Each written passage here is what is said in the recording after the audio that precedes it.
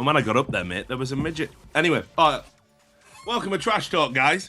I'm Richard Lewis. That was a joke. Welcome to the esports phone-in, where you basically bombard me with shit opinions, and I try and absorb them as best as I can.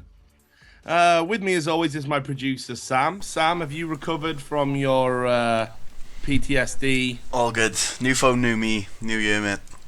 Is that what it is? Yeah. Gone full white girl on it, but all over it. For real? What? Because, I don't know, when we were just talking and pre-show, you sounded a bit down still. No, I didn't. Yeah? Over what? Do you know there's a warrant for your arrest in Bucharest? Did you know that? Just crack on, try and find me. As if Well, by the time they leave Romania, they're just going to be so happy about Romania, they're going to forget they're looking for me. They're just going to fucking stay. The thing is, they've got your phone, apparently. Yeah, So, no. You're in big trouble, mate. So there you go. So, yeah, esports. There's been lots going on. It's been another interesting week since we last did the show, which, of course, was taken out by Adidas. Let's see what happens this week. But what have you missed since then? So, well, where to begin? I think it's probably... Well, this is probably worth talking about. So, we've had it all confirmed now that Forgiven is going to be leaving SK. He's requested a transfer. He's leaving. It's a mutually agreed decision. He doesn't know where he's going to end up by the looks of things. Certainly, he must be really desirable, but I don't know. He could end up in a situation just like he was in with Copenhagen Wolves, where he ends up actually playing for a small team, a Greek team, just for fun. In the meantime, SK Gaming, they've been looking at a number of AD carries. First was Reckless, boom, signed for Fnatic. Then they went for Freeze, boom, he turned them down. Now it looks like they're getting Candy Panda back. What do you guys think about that? Speaking of getting shortchanged, Hiko, the American CSGO player who had been hankering for a move to a big NA team with a plethora of talent around him. This is a guy who, he jumps out of Cloud9 because he doesn't think they can win. He gets himself into iBuy Power. They all get banned. He's kind of posturing with his good friend Skadoodle, like we're a package. Skadoodle leaves him, goes to Cloud9, which he was invited back to, but he turned it down because he wanted something they couldn't provide. And now he ends up at Nihilum, which sounds like a small shit town just outside of Bangor. Nihilum. Yeah, the only thought, I know they're a Hearthstone team, but like, are they doing an actual CS:GO team? I thought they just pick them up as like a personality. What's the score there? Oh no, it's a team. Is it? Yeah. I haven't seen the full roster. See, I just saw Hiko go. Well, but I don't think Hiko did either before he joined us. He might have done something very different. So there was that. Speaking of CSGO, we had the Faceit Grand Finals, which were plagued by DDoS attacks, something that we're rather sympathetic to. It went long into the night, and eventually it was TSM that won. TSM winning back-to-back CS events for the first time in their history. Are they the new number one team? Maybe you've got an opinion on that. Perhaps a broader topic of discussion is, what the fuck are we doing about DDoSes in esports? Then I broke the story that, again, no one will see for obvious reasons, about Team Dignitas being in a race against time to sign Helios, the Winterfox jungler. He's gone back to his native career, and Winterfox received an approach from Dignitas. They're like, yeah, you can sign him, no problem. You just got to find the cunt first. No one knows where he is. He's just in career off the grid, and apparently the signing deadline is the 11th. So Dignitas are really working hard there to bring him in. What do you think about that? Do you think Helios is the answer to their problems? I definitely think it's an upgrade from a Zingy. But that's just me. Then we've had, back in League of Legends, we've had all this drama around CLG. Journalists write story about CLG. CLG, who have an owner who said, I'm going to do all I can to discredit the publication that the journalist works for. Guess what happens? They try and discredit the publication the journalist works for. And what do the fans do, Sam? That's one thing. But I was just going to say they just eat the shit up. But probably there's a knob suck in there. Suck the knob, eat the shit. Same thing. That's it, Hotshot. Another bit. Oh, you're a big boy, Hotshot. Please shit more lies out into the public domain, and everyone just slaps it up. It's incredible, really. That's fucking amazing. Yeah, so and anyway, so that's about Sticks here wanting out from CLG Black. Maybe you've got an opinion about that story. King Win. King Win. Not only do they sponsor every CSGO team, it seems, like in the fucking world. Like, is there a team that doesn't have .Kingwin at the end of the name? They've also picked up a CSGO team. So how does that work? How does it work when Team Kingwin plays TSM Kingwin? I don't know. Like, I don't think they care. Fuck it. Well, look at you. I don't even care, but too big for that, but that's a problem.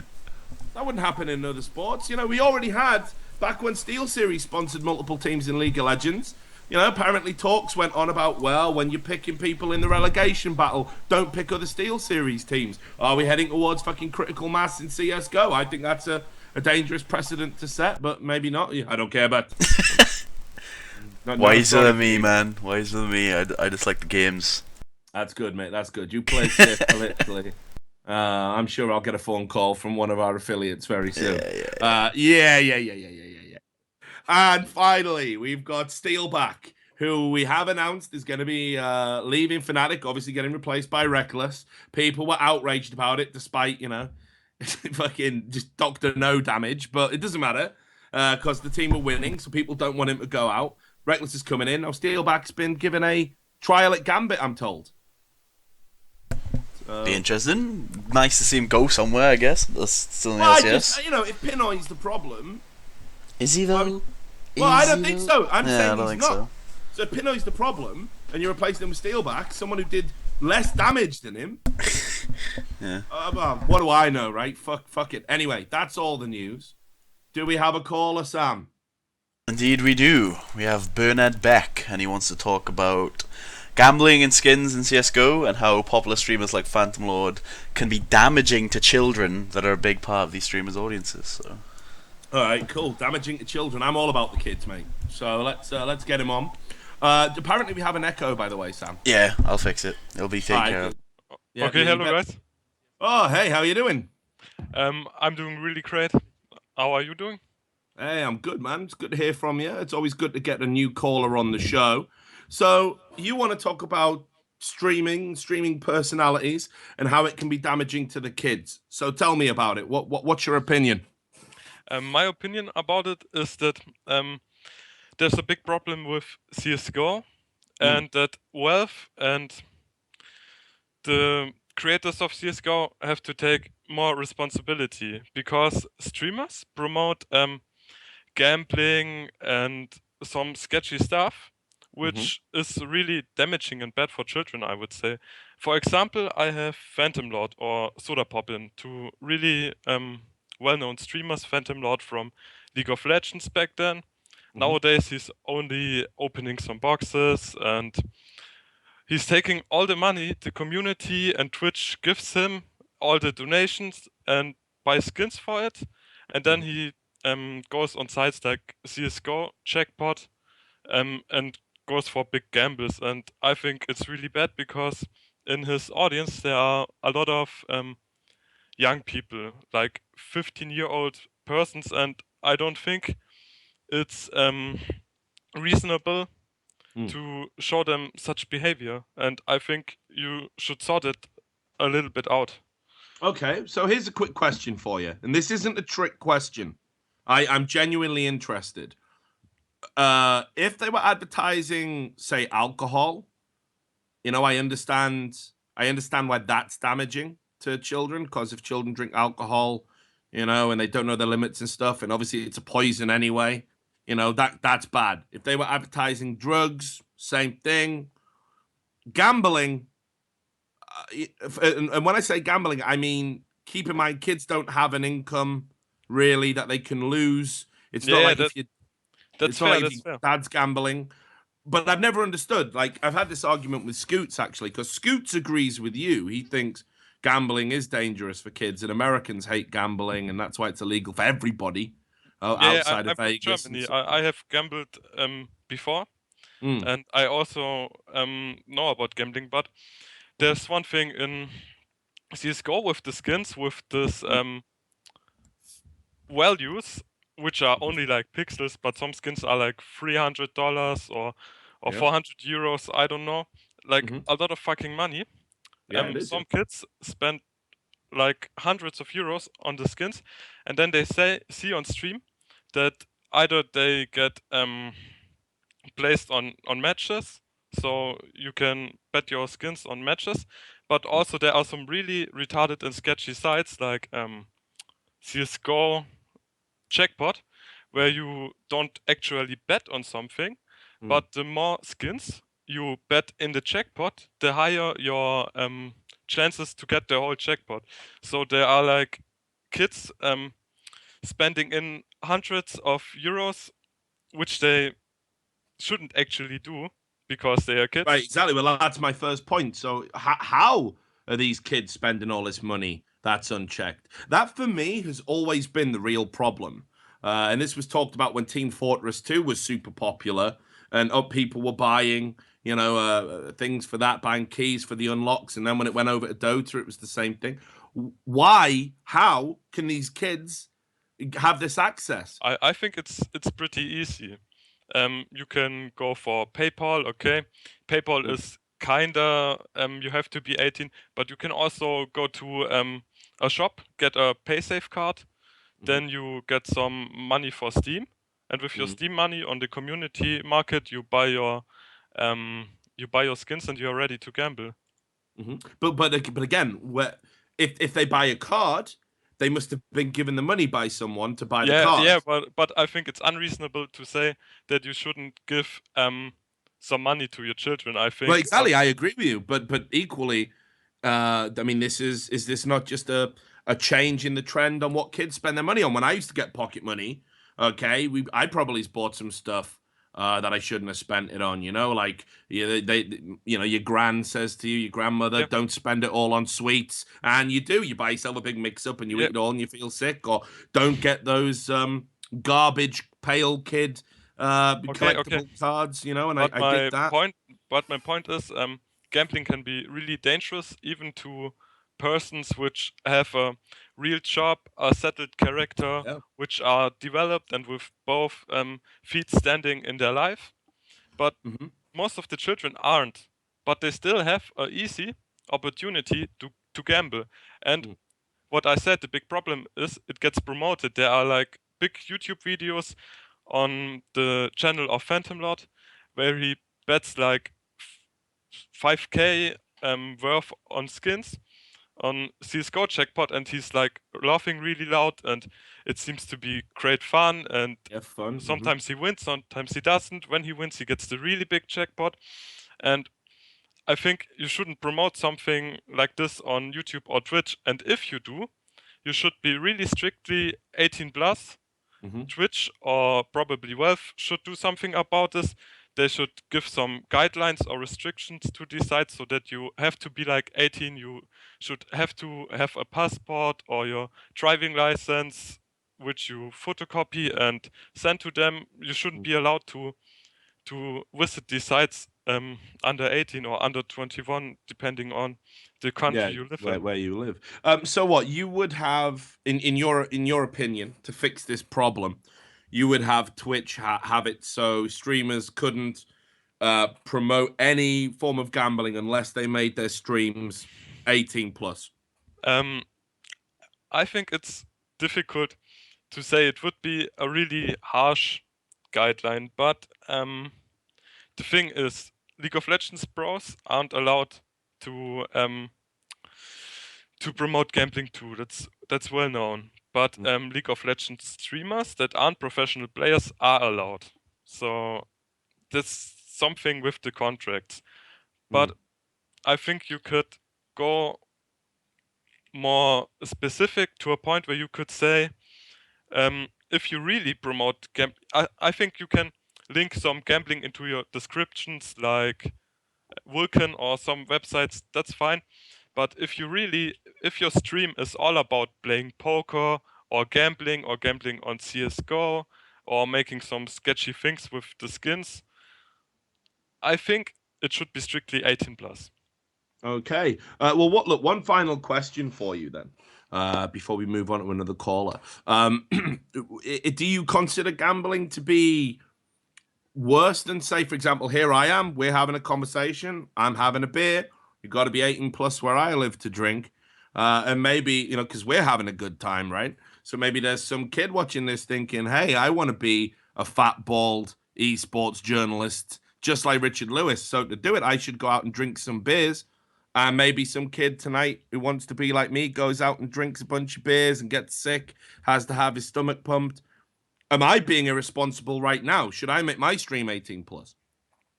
Well, I think you should see the linking between gambling and its dangers and promoting the.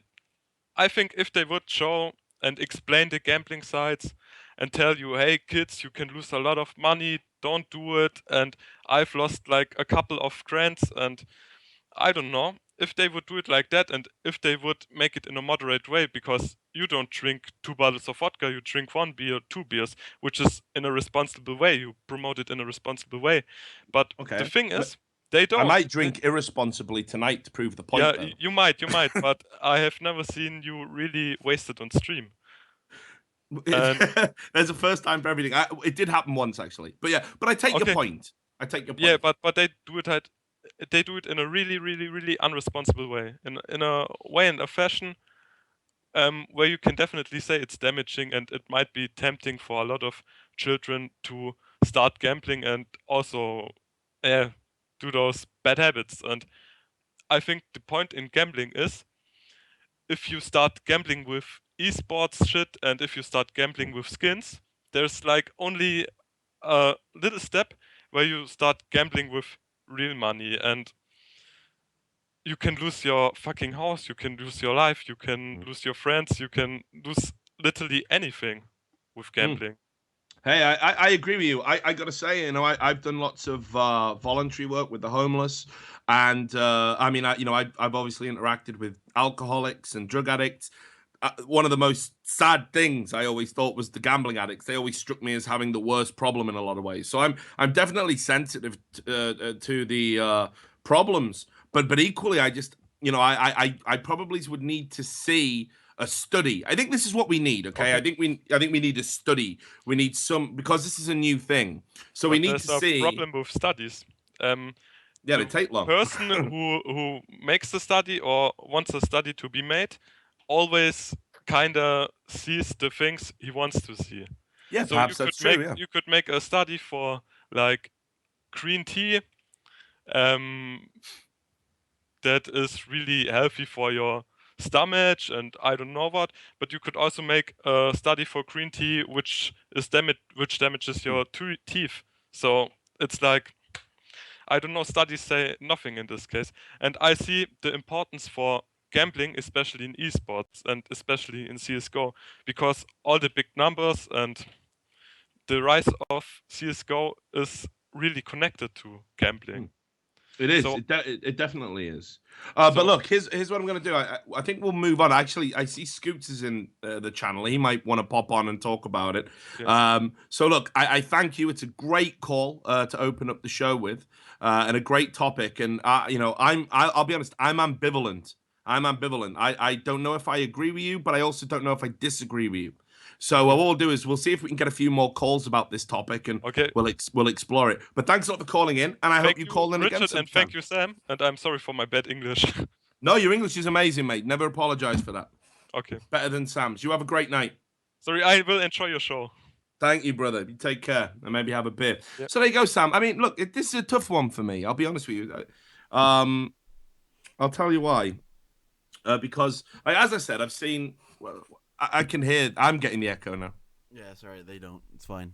All right, okay. Well, so I just have to listen to myself. That's not a problem. So, I as I said, I've seen gambling addicts. I've seen what it can do. But I mean, that's true with anything. And I always think, fuck the nanny state, right? Like, if you want to fucking break your fucking kid's piggy bank against the wall and pump it all into a fruit machine, chasing that fucking golden ticket that's never going to come. I think there has to be some sort of personal responsibility along the way, and it's the same with anything. I know drinking ain't good for you, but fuck me. Like, people who say I've got a drinking problem, I always tell them I've got a drinking solution. This is fucking, this is liquid fun, right? That's the way you can tell you have a drinking problem, when you say I don't have a drinking problem, I have a drinking solution. Yeah, but it is. Think about everything's shit, right? There isn't one thing in the world that isn't improved by a drink. Like fact, I just name it.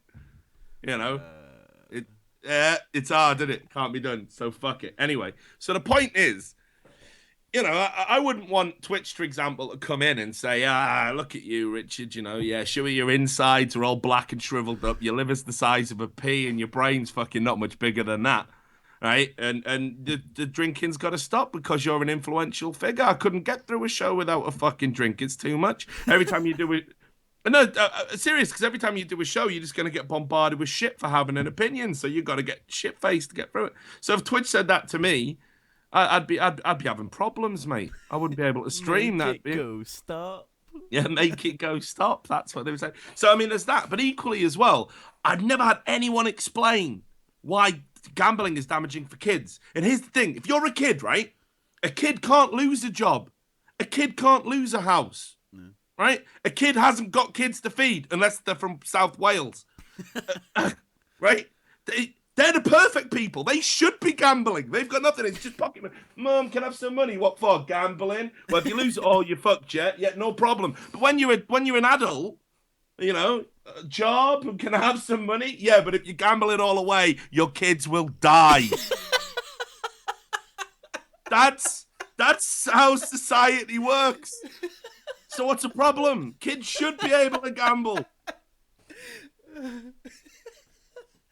I don't know, man. Maybe I'm wrong. All right? And if I'm wrong, someone come on the show and correct me. Anyway, fuck it. Maybe I'm talking bollocks. Let's get another caller on. Let's talk some esports. All right, next we have Wayne, and he wants to talk about a Turtle Envy's post talking about major versus minor lands and also the relationships between pros and casters.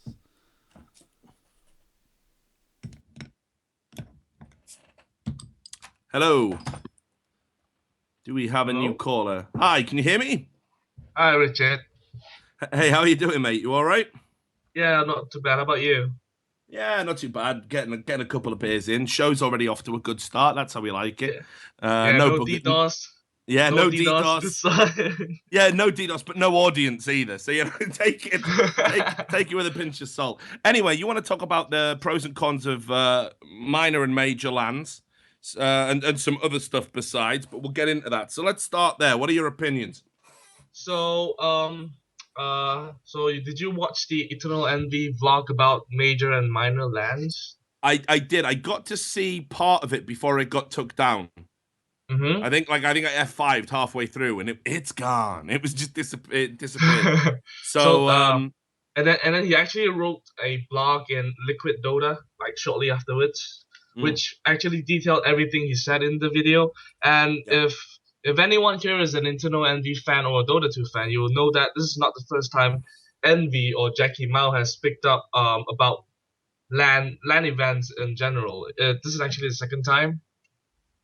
And because Envy is he's a very emotional person. And before I go on, I do not say that I know enough of anything to be an expert in anything. I'm just trying to voice out my opinion, and so is Envy.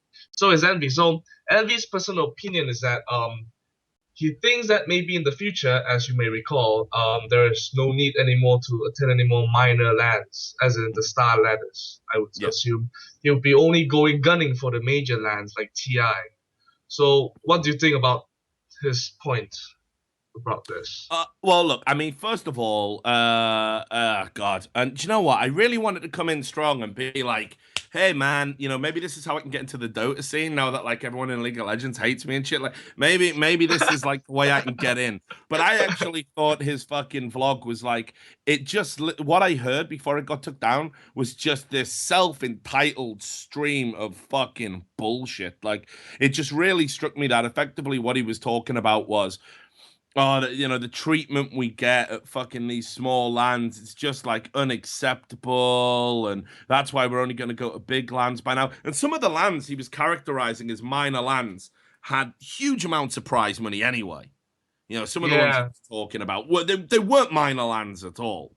You know, Yeah, but that's Dota people being spoilt a little bit. yeah, we're CS:GO lads would be like, "You have money, I'll be playing that." Yeah, well, exactly, because we're the new kids on the block now. I mean, so we got everyone's like, holy shit, we're signing autographs, we're getting money. CS:GO guys, we haven't hit that burnout point yet. We haven't hit the saturation point. You know, we'll play for fuck all, like by comparison. Whereas Dota fans have had too much too soon in a lot of ways. But anyway, Yeah. back to the point. Look, there's a reason why minor lands are minor lands. You know, you got to know what you're going to get when you go to an event. Now, I've been to my fair share of really bad run events down the years. And trust me, a lot of these problems, yeah, there's no excuse for it. There really isn't. But there was some things he was bringing up, which I was like, you'd struggle to have that go right at a major LAN, to be honest. So, Yeah. I don't know, man. I to that first point, I felt that, look, pick and choose. No one forces you to go to these events. I mean, eventually, though, if top players and big teams withhold attending minor events, the minor events will die. And then when the scene does start to dip, and there's only a handful of events a year, you really have got no one to blame but yourselves for not spreading your influence and spreading your value with other people. So it's a bit, not only is it self-entitled, I took that point as being really short-sighted. But did you hear about the point where he talked about translators in general? Because obviously in Dota, the Chinese community is regarded as quite highly regarded because the China teams are really good. So, for example, in Star Ladder, when they came over, and obviously no one can speak English and Chinese, they actually did not hire translators over for that. So what happened was Loda's girlfriend, which was is at the same time Alliance's manager, was asked to be the translator, and she isn't paid. So to top it off, she was asked to translate for an interview for a team that just beat her own team. So you can imagine, like, your team just lost, you're like emotionally down, you're crying, and then suddenly, hey Kelly, could you translate for us? Translate for the team that just beat your team. I mean, that sounds quite bad. I mean, I wouldn't go. Two words for this: be fucking professional. End of fucking story. The amount of times, right? Okay, so do you know why we have this trend in esports of only interviewing the winners? Have you noticed this? You never see a loser's interview. So even if it means you've got to interview the same team over and fucking over again, or the same person over and over again, we do it because we won't interview losers. Losers always say, "Oh, not right now. I can't do it. I'm so my poor little heart." You know what I mean? Like, come the fuck on. In professional sports, right? I've seen people from like football games when they've been on their fucking hands of an 8-0 thrashing. I've seen managers go out knowing they're getting fired in the morning and do their interview live on TV and been professional to the end. And we've got players that won't even go and do one interview for an event that is effectively giving their brand value and giving them promotion because the relationship is symbiotic, and they won't do it. I can't sympathize with that. And equally, if you agree to something in principle, if you say, whether you're getting paid or not, if you agree to something and you enter into a contract, hey, yeah, well, I'll do the translation. You can't then turn around and be like, oh, I had to translate something I didn't want to translate. Fuck. That ain't going to wash for me. She wasn't even notified in advance, you know. She was just like if you get put on the spot, I don't like you have to put yourself in Kelly's shoes and be like, how do you say no in a situation where you're possibly the only one who could do it at that moment? You can't have another Dota player come along and say, oh, I'll translate for this team. Like, So to play a bit of devil's advocate, I agree that if you've got like an English language stream and that's part of the allure of your event, part of the promotion of your event, that's how people are going to watch, then yeah, hire your own fucking translator at least, okay? I agree with you on that point. But if you're there and you get asked, you can say yes or you can say no. It's just that simple. And if you say yes, you can't bitch about it after the fact. You know, like I'm very clear. Like if I get asked to do something, Now, you know, I'm super clear about it. Like, I'm like, yeah, okay, I'll do it. But or no, I won't. Sorry, mate. I don't really care. You know, I've had people come up and been like, "Oh, can you be?" Nah, fuck off. Sorry. You just gotta be. You just gotta be blunt about it. You just gotta be, look. Can't do it. Don't want to do it. Right? Or yeah, I haven't got time right now. Whatever. If you're the type of person that's gonna get pressured into stuff, and then turn around and be like, "And look what happened." Again, we're back to talking about personal responsibility. So no, I'm not having that as a valid point at all. You know, it doesn't fucking matter. You know, if you're upset and sad because your fucking team has lost, there's still times you're gonna have to go out and face the cameras. And in fact, in esports, we fucking protect losers way more than we do in real sports. We shield them from the attention that comes with losing in a way that wouldn't happen in the real world, let alone real sports. So again, that's not a valid point. That's quite pathetic. That's what I call a plea. You know, it's a plea for sympathy. And but to be fair, Kelly didn't say anything about this. I mean, for at this point, listeners and viewers, you should understand that Kelly has never spoken out and said, "I do not like these kind of work." Yes, she has never ever. I've never seen it. At least, I mean, as far as I know, I've never seen her complain about it. But what E is trying to bring out, what Envy is trying to say is, at least have a translator, you know. Or at least pay, or at least properly contract. And we're agreed on that front. Like if you're an event and you've got, you know, and you run an English stream and there's a bilingual requirement there, yeah, hire a fucking translator, definitely. But equally, what you got to remember is, I mean, so okay, how does big teams not attending this event fix that problem for them? Because I guarantee you, they're not going to be able to afford a fucking translator if they can't sell ad space. Because it's only dog shit teams that are playing in the event. You know, I mean, you can't have it both ways. All you can do is say like, look, you've got to improve it for next time, and we'll be watching and we'll be paying attention. And if it doesn't improve next time, we'll have to consider it next time. Like this is what I did with the ESWC, and I was attending as a journalist. I don't go to ESWCs now. I wouldn't work in ESWC now. I won't do it because I gave him one chance. It sucked. I gave him another. It sucked just as bad. It's like, right, okay, now I'm out. But I told them at the end of the first one, you've got to this isn't acceptable. Taking water away from people on the grounds that you're not allowed it for whatever fucking weird reason. The American military can't do that to people in Guantanamo Bay, and you're doing it to me at an esports event. You know what I mean? So that's why I don't go. Okay, but by the same token, you can't just be like, yeah, this one. I mean, that's such a minor thing anyway in the grand scheme of things. Like seriously, I think that's really petty. Like I definitely agree with the point they should hire translators. I agree with that. But if there's someone there who can translate, you know, fuck it. Like you can either say yes or you can either say no. Maybe you work out a quick deal and been like, yeah, chuck this 50 quid then. You know, whatever. Yeah, right? Yeah. But if you don't do that, you don't get to cry about it afterwards, is what I'm saying. Did you and there was one part where he pointed out that because they were all using TeamSpeak while they were playing in the booth, and he could hear the CSGO casters shouting at the neighbor venue. Like literally, they could hear it as they were playing. And it was like it really itches their mind. And to be fair, I would say that it would have to be expected. I mean, when I was growing up and I was playing in a cyber cafe and I was trying to play in a team game, I'll be hearing people shouting in the same room.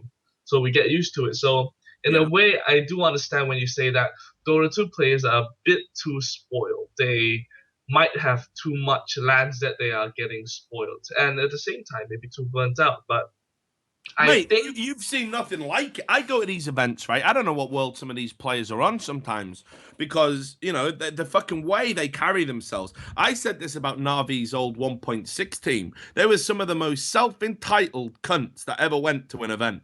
Literally. It had to be all about them. They turn up late to games, but if the other team did it, they'd be looking for a forfeit. If the schedule ever ran over, they'd be complaining about it. They used to bully and cajole admins. At one event, I saw a fucking Na'Vi player kick an opponent's PC. He was on a second row behind him here, kick an opponent's PC to throw the power out during a clutch round. These guys were pieces of shit, and yet they thought the event was fucking, it's built for us. rude as fuck whenever you try to interview them. Unbelievable how unprofessional they are, and yet they went to a Copenhagen games and they again, we're not coming back to this event. It's not acceptable. You know, and you think about all the times they've been unacceptable. That's what I'm saying. It's like sometimes they think players, like, they do need to come down from the clouds. Everyone bends over backwards for players. You know, literally. I've seen it all the time. The press, the tournament organizers, their own managers. Tournament organizers, like, of serious events, they have a player liaison whose job it is just to come to them and go, "Are you hungry right now?" And they'll go, "No, not hungry now." And then 5 minutes later, they're the same person going, "Hungry now." And that person who asked them 5 minutes ago has to stop doing whatever they're doing because they couldn't say yes 5 minutes prior to it. That's literally what goes on at these events. Like, if you ever want to know why there's so many delays at esports events, one of the problems why there's so many fucking delays at esports events, and no one talks about it, is players are fucking pricks. And they demand everything to be done as and when they want. Like, I'm talking about the super top elite players. The amount of times that delays are just caused by players complaining about really trivial things. You know, and obviously I'm generalizing there. Not all players are pricks. But the amount of events I've been to where there's been a delay because, like, one set of players is kicking off, or like a super entitled set of players, man, I could tell you some fucking horror stories. Honestly, you wouldn't believe it. Well, I've only been to one event before. It was the League All Stars at Paris, and I had a good image of it. So, I mean, maybe I was lucky. Okay, and actually, to rewind and actually answer the question you were talking about with the sound, okay? Mhm. Now, this is a huge bone of contention in esports events, like, and I totally get it. Because on the one hand, the argument is you should be playing in soundproof environment so there can be no influence, nothing to throw you off your game. It should be as, you know, hermetically sealed, whatever, right? I totally get that argument, but equally, there's no other sport that can replicate that. You know, when you play at home as a football player, the crowd are shouting, "Man on!" You know, when someone's coming in to tackle you from behind, it gives you a slight edge. Now, you know, yeah, I don't like, I've said this, I don't like soundproof booths. First of all, they're an illusion. You'll never create an entirely soundproof environment. Not unless I think you would need to have the booths suspended in mid-air and divorced from any vibrations whatsoever. Well, I mean, yeah, but at least have the speakers be pointing away from the booth. Well, yeah. But, you know, so you've got that problem. And then second of all, you've got the fact that, you know, yeah, okay, there's some bad setups that aren't optimal, and it does suck if players get an advantage. But equally, I've been to tournaments where, you know, players have fucking, you know, they've took advantage of setups for their, you know, for themselves. You know, when players can ghost, you know, or because a monitor is conveniently in their way. Never see players coming out after they've done that going, "I was able to ghost against my opponents. The tournament organizer really dropped the ball here." You know, no one says that, right? Yeah, This is what I'm talking about. It's a massive fucking double standard. So I think we need to accept there are going to be limitations. There's not an infinite amount of money in the scene. I think the best events have the best standards. And if you're so, what's the word? Lacking resilience, sorry, I should say. If you're so lacking resilience that you can only compete in the optimum environment, only go to those events. Yeah. All the other events are aspiring to be that good, but there are very human limitations. I think you're right to complain. I think you're right to bring it up with them. I think you're right to feed it back to them. But certainly to go on some sort of tirade where it's like we need to put these people out of business because they fall short on a few issues, which to me are contentious at best, I think that's massively self-entitled, and it shows a real, you know, how overprivileged some of these players have become. True. But I do think that with him coming out and saying all these things, it would actually serve as a reference or a benchmark where people would. I actually think some of the points he pointed out are actually worth taking notes. For example, he did say that if you can't afford about 90% soundproof booth, what you can do is have like two headphones on, or like earphones and headphones. It's pretty simple, but according to him, some LANs won't even bother doing that, and you can actually hear the casters like, oh, the Roshan, the smoke gangs, and it's actually quite detrimental. But I do understand where you're coming from, and I feel that your experience in going to so many lands would actually show them dark side of the proper dark side, because what the other dark side isn't actually as dark as they think. Yeah, well, that's the thing. Wouldn't it be great if a player actually came out and I mean, this is the other thing. Okay, so a player will complain about a tournament that I don't know. Well, I had a meal and it was lukewarm, and this is unacceptable. Great, that really helps the industry, dude. Like where are the players complaining about like, oh, we got offered this like ridiculous overpaid contract, and when we took the money, we found out the money was actually coming from a chemical testing factory that tested cosmetics on children or something. They never talk about that shit. When the money doesn't turn up, they come running to a journalist. But in the meantime, they'll sign up to every unethical piece. Gimme, gimme, gimme. Gimme, gimme, gimme. What's that? An organization treated a bunch of players before us in a super unethical way? Hey, let's go rep that organization. This is what I'm saying. If players want to be responsible, you've got to talk about all of the bad stuff all of the time. But you won't do it. They won't do that because you're just watching fucking little bags of money just flutter out the window. So they won't do that. And that for me is the hypocrisy. Like, you're crucifying a bunch of small events, and small events are trying to get a foothold in an industry that is dominated by companies that have decades, maybe more, experience of running events, huge infrastructure, huge investment. Help them improve. Yeah, Don't true. withdraw. Don't withdraw for them. The companies that fall short today can be the companies that exceed tomorrow. That's a fact. Not everyone gets it right at the start. You only need to look at Microsoft, Apple, companies like this. It wasn't always a success story. It's you gotta. People need to be willing to work with people. If it gets past the point of ridiculousness, yeah, cut them off, drive them out the industry. But for me, I'd rather players were attacking the unethical. I've talked about it. Guys like ESEA who turn their client into a Bitcoin, mining thing. Pay a massive fine, but now it's like, hey, it's okay, guys. We only abuse the trust of our paying customers in one of the most disgusting and unethical ways I've ever seen. And yet, where are the players saying, hey, we're not signing up to ESEA because we're making a stand? Are they fucked? They don't care. And that's the point. You got to chew up some small organization because your dinner's cold. At least get angry about the big things. But it's really hard, isn't it? Because you're expecting a bunch of, at most, like 24, 25 years old people who barely have much human contact out of their work, which is gaming. You can actually it's really hard to fault them for not thinking in a more broad spectrum, a more objective way of seeing things. If you expect them to be ethical, it's really tough, because for them, they do not know what goes beyond this. But by the time they're 30, what are they going to be doing? If they can talk like Crappo, they could be casting. If they can analyze, they're analyzing. But if they can't, if they are the players that have never been asked onto the analyst desk, or people who just can't voice out their opinions properly, like Envy, they don't have much beyond this. So I wouldn't actually fault them for wanting to get as much money as they can within the time they can. But that's the thing. But for me, it's like, look, if you want, it's like they want the best of both worlds. They want to be this like, hey, look at me, guys. I'm a moral beacon shining in the toilet from Train Spotting. Look at me, like I'm gonna make a stand against this stuff. And then you go through it, and it's like, okay, well, one or two valid points, but a lot of it is garbage. It's not worth getting upset about. And then you're like, okay, well, now there is an important thing going on. Now there is an important thing. One of their sponsors has been proven to be doing some pretty dodgy shit. What have you got to say about that, players? Silence.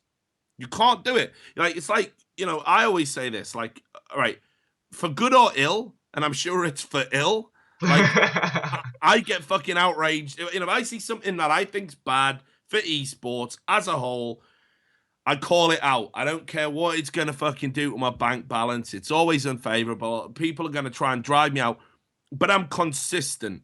I don't give I don't give one set of guys a pass just because I like them.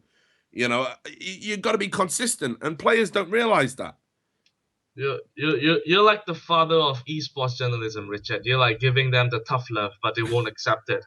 And Oh I yeah, really, but I really respect you. You know, like I've been only following your work for the past 3 months, and I really respect how you really abandon your wallet and go for the ethical wallet. And I don't see myself doing it. I can't see myself sacrificing money just because I want people to think I'm a nice guy. You know. well, So. I did just sign a contract.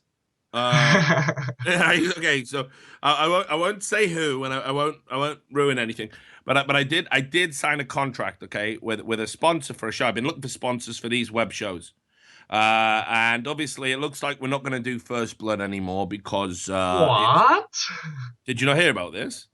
I did read about it, but I wasn't too Yeah, sure yeah. about Oh, it. right. Okay. So yeah, of course you wouldn't have read about it on Reddit. But basically, we're pulling the. It looks like we're going to pull the show, purely and simply because it's become the efforts far outweigh the fucking rewards. The rewards are literally none. Sam will tell you. Like I think we stream a show and we've had shows where we've got like as little as 3 cents, 3 cents from one show. And of course, Three it's like pence. yeah, 3 pence basically. Yeah, yeah. I mean, Oh yeah. less than if you convert it.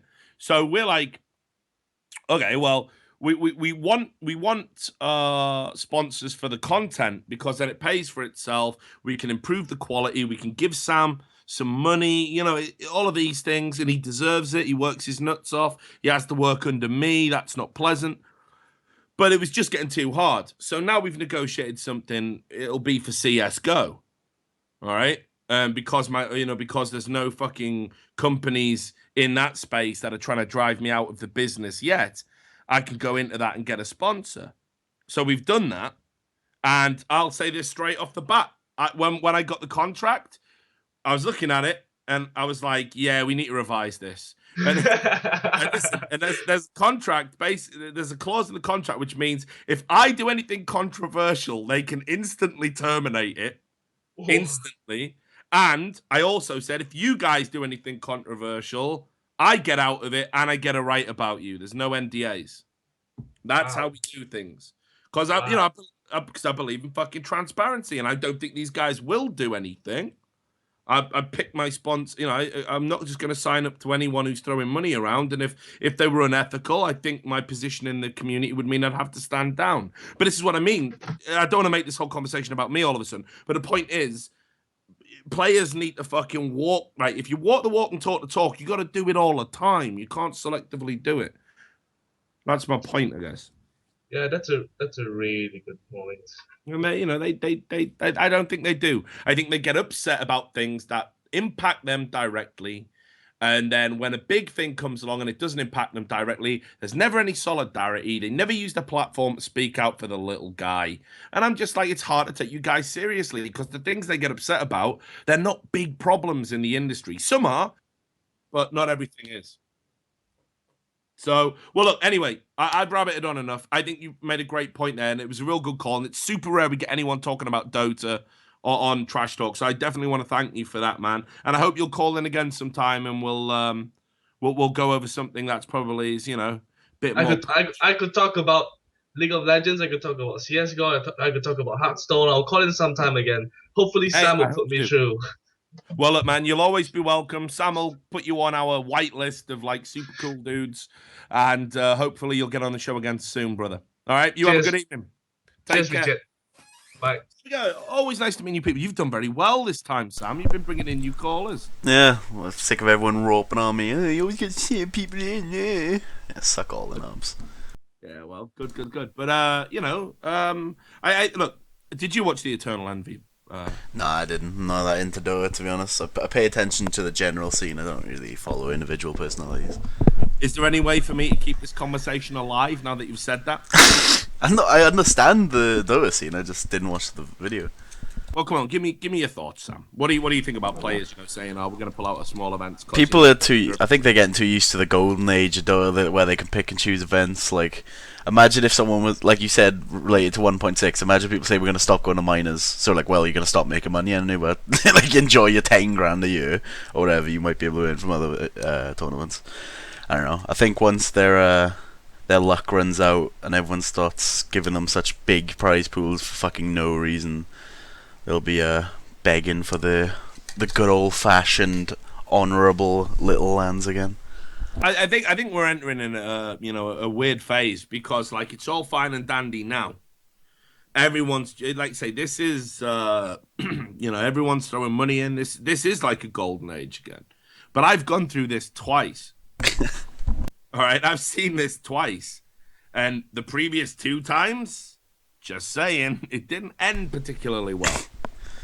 I don't know. I think I think esports as a whole, its golden age actually might last this time. I think the other times were like fake golden ages, right? Like what's the word? CGS? Yeah, that's right. People just coming in pumping fake money in, essentially. Like, oh, look how big esports is. Let's put it on TV. Let's make it look good. Let's put it in the studio. But now I think it has enough money behind it where it can actually do that normally without, fake venture capital. It can just generate enough on its own. So well, I guess there are some good points. It's not that I'm entirely dismissing Eternal Envy's points because some events are fucking garbage. I mean, some players, you go to an event and it's just like, yeah, this is the worst.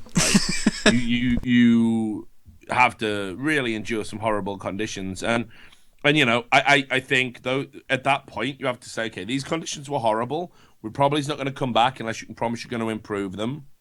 But for me, the most important thing is like, can you pay the prize money out in a timely fashion? Yeah. Which has been a problem forever in esports. Yeah. And people who don't realise that it still is. I think because there's not so many stories anymore saying how people aren't getting their money, because players are just used to it by now. People don't realise that it's actually still a problem. Like, money takes a while to go through. Yeah, so I don't know, mate. It's a tough one for me. Have we got time for one more caller before we go to the break? Yeah. Alright, this is how about a drink? Who we got? Guy I was supposed to bring on last week before we got wrecked. His name's Arno, and he'd like to talk about interview/video journalism. So, pretty broad topic. It certainly is broad. As broad as my hips. Arno, can you hear me, brother? Nah. He'll be there. Here he is. Arno, can you hear me, mate? Hello, yes, I can. Hi, good to hear from you. So you want to talk about a topic that's close to my heart. In fact, even when I try and put out videos like Thorin, like, oh, here's a team and look at their history and all of that, I end up putting out more videos about journalism. You want to talk about video journalism and interviews in particular? Yeah, so I want to talk about like interviews on the LCS and like events like MSI or whatever, or Worlds, and why it's the most popular interviews are always done by Travis. They always get the most views. Not that I have anything against him or his interviews. I mean, they're like something on their own. I personally don't enjoy them as much as other interviews, but I have nothing against them, and I think he is doing a great job. But yeah, just other interviewers are not getting as much attention, or as they deserve, in my opinion. Like, well, give me an example of an interviewer that you think does deserve some attention. There are some interviewers from SK Gaming that. There's this girl, I don't remember her name. She does decent interviews.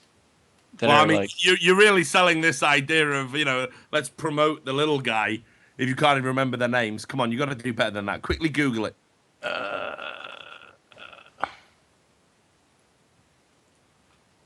No, but yes, Moon is good too, I guess. I really don't remember her name. Wow. Yeah, that's her.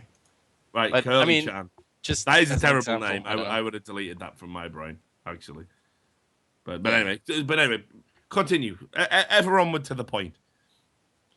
Yeah. So, I mean, I know there are a lot of interviews, but I don't know their names, and they get very little views compared to the biggest few. But that's pretty much that's just normal, Travis. right? You build a brand. I mean, we all know how Travis built his brand, right? And he leveraged his relationship with Double Lift. He built his brand up from there. he got super popular because his fucking, PG level of interviewing placated not only a community that can't stand any form of critical thinking whatsoever, but it also placated a company that wants a docile user base. So it was perfect. He's tried to go into some stuff a little bit more now, but for the most part, and I'm sure Travis wouldn't mind me saying this, his interviews were fluff. They were as fluffy as fluff gets. So that what he's done there is he's catered to the market. He's catered to the market and he's reaped the rewards, and everyone's promoted his shit because he's catering to the market. And you're probably right. There are technically better interviewers and more adept interviewers, but you've got to build a brand. You've got to build a brand. It took me a long time to build my brand. It took Thorin a long time to build his brand, longer than me even. So, should, for example, if me and Duncan do interviews, should a newer interviewer be promoted in place of us?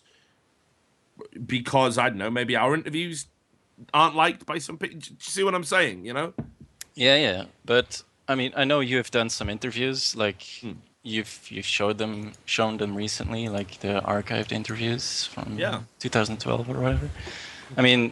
They were good interviews, but they're different. They're a different style than Travis's interview. Like you say, they're fluffed Travis interviews.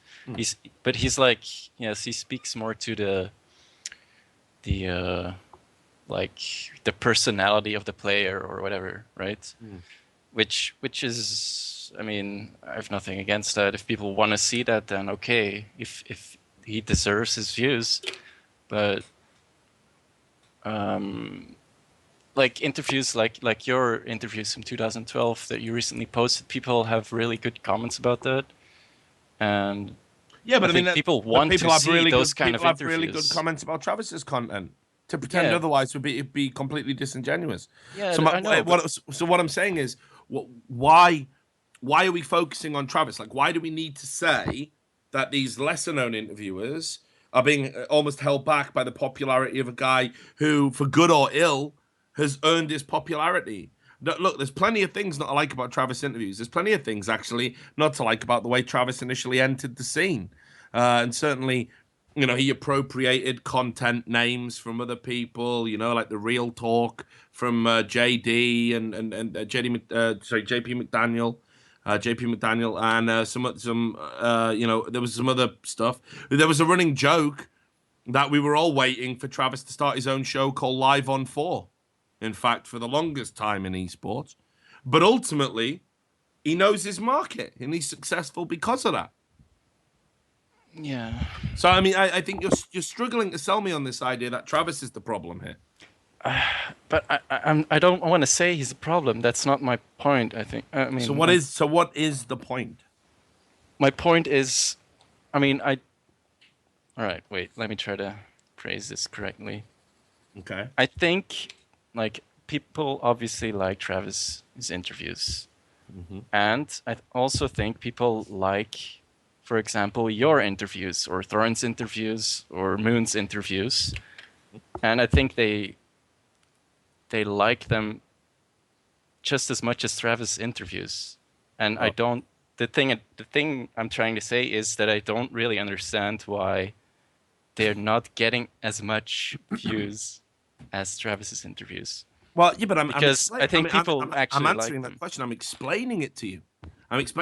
Because, okay, when you've got a brand, all right, and that brand, okay, this is the same question as why do more people drink Coca-Cola, all right, then, I don't know, Pissy Cola, which is a made-up company, right? They're not real. There's no such thing as Pissy Cola. But imagine there is. And imagine they're a cheap cola substitute, and they're cheaper than Coca-Cola. And actually, let's imagine even that Pissy Cola tastes exactly the same as Coca-Cola because a former Coca-Cola employee stole the recipe, and it's cheaper. It's got a cooler name because there's a swear word in it, and it's Pissy Cola. Why does no one drink it?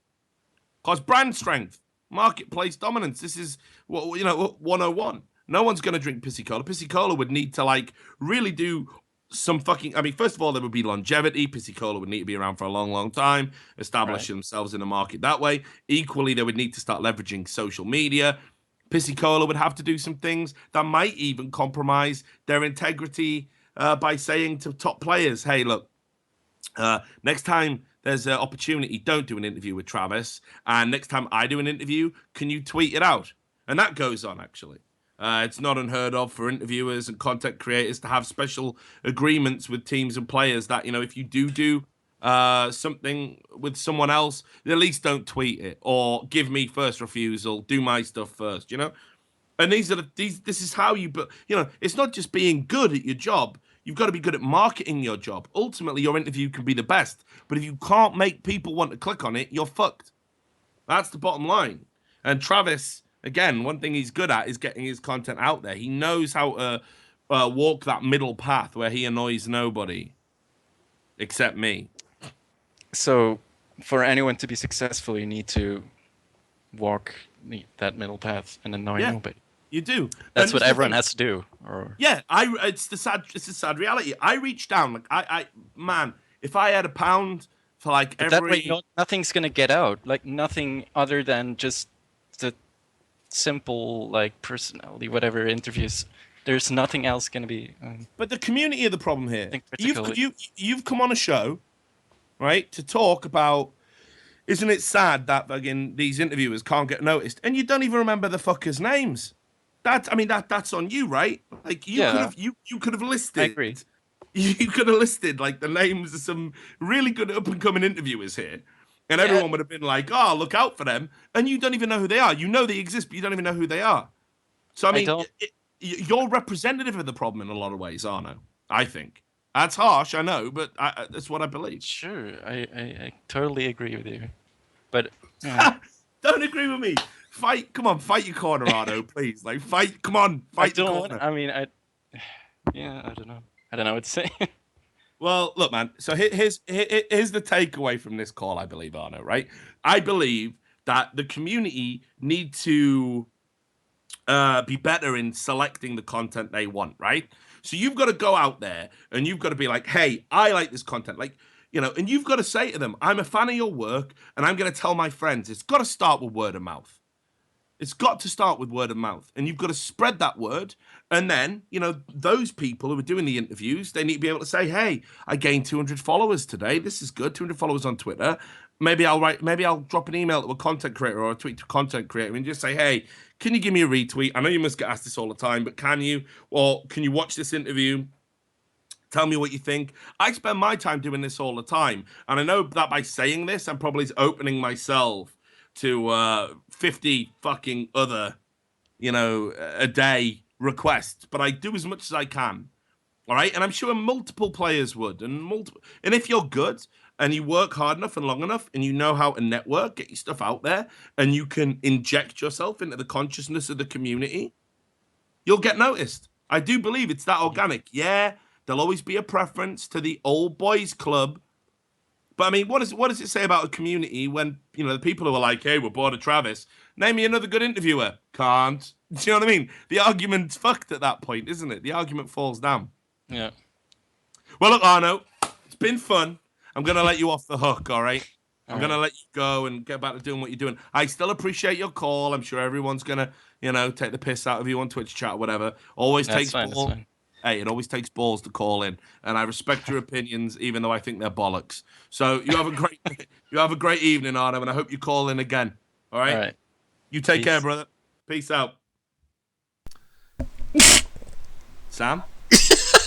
He was wrecked, like, he just drinking all. He's like, fuck, I just call up trash talk, call him massive ball. No, but I want that. I grew up in an era where you did have talk radio, and it would be like, it would be the late night call-ins, and there would be like a guy, and he'd be like, "Hello, Steve."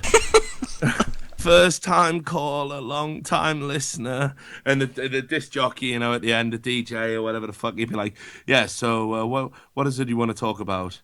Well, the thing is, and they would just ramble on, and they'd be like, yes, it sounds like it's been 3 years at least since you've had a conversation with anyone who's your name. And I want to get to that stage. I want to get to that stage where people are just like, I'm drunk and I want to call up Trash Talk and talk to Richard Lewis. I think if we get to that point, then we're living the dream. We'll have really made it. Should we go to a break now? I mean, actually, there was a point in there, and I know you don't like Travis, do you?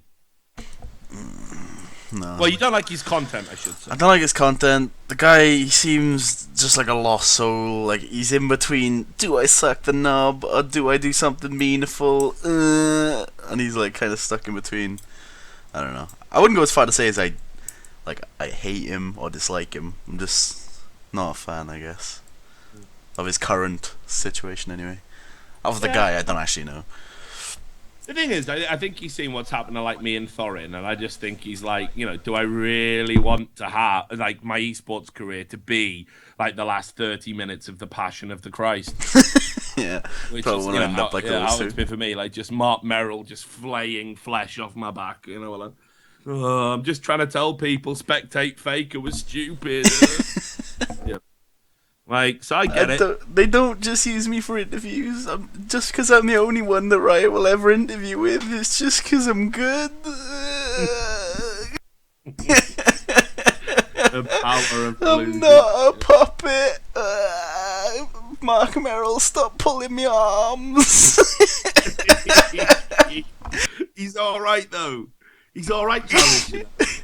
Like he feels it, man. He does care, Yeah, I know, that's what I mean. He's stuck in the middle between, like, because I think he knows, like, if I stop sucking the dick, then I won't get these kind of interviews anymore, which means I won't get the hits, which means I'll be eating tuna, but I'll be a good journalist, or then I could be like Richard Lewis, just wanting to end my life every day. I think I'll stick with the knob. Literally, I've got to be honest as well, man. Like, so obviously I've got my own demons, right? Like every time I like move around my desk, you just hear bottles rattling and shit in the back. Like, if anyone saw the mess around like here, I think someone would stage an intervention, like but anyway, like.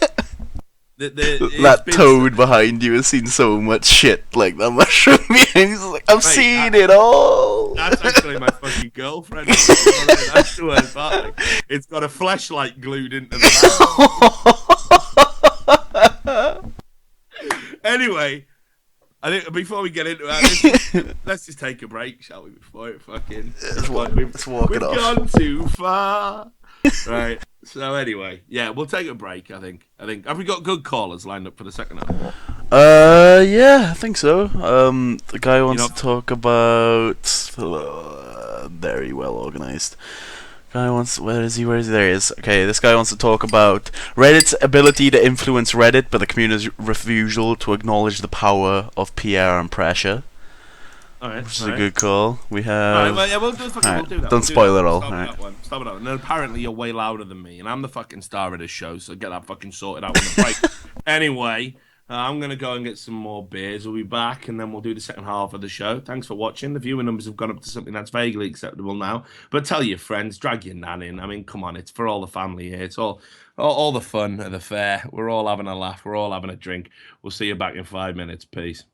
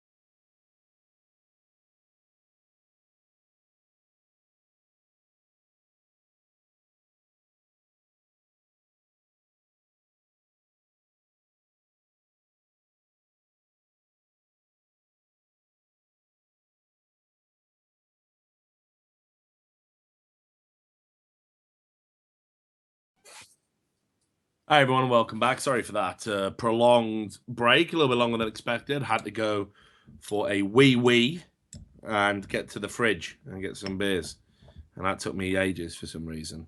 But I'm glad you're still with us. I don't know what Sam was doing in the break. What were you up to, mate? Everyone's laughing in the chat. Nothing about it, or anything. It must have fuck it. Someone must be on like computer and went for piss. So if I look at my Twitter, which is blown up, let's have a look what we got. Aye, fair enough. Actually, it's just the usual shit. There's people in there saying, "Watch trash talk." You can watch him drink. You watch Richard Lewis drink so much that his liver turns as black and shriveled as Mark Merrill's soul. That's from Reddit lol pro. Pretty good one. Yeah, my favorite account actually on Twitter. So anyway, all right. Who's the first caller and what the fuck are they gabbing about? Alright, first you have Frank Taylor, who's, like we said before the break, he wants to talk about Reddit's ability to influence Reddit, but the community's refusal to acknowledge the power of PR and pressure. It's very thorough, that is. So, Big Frank, can you hear me?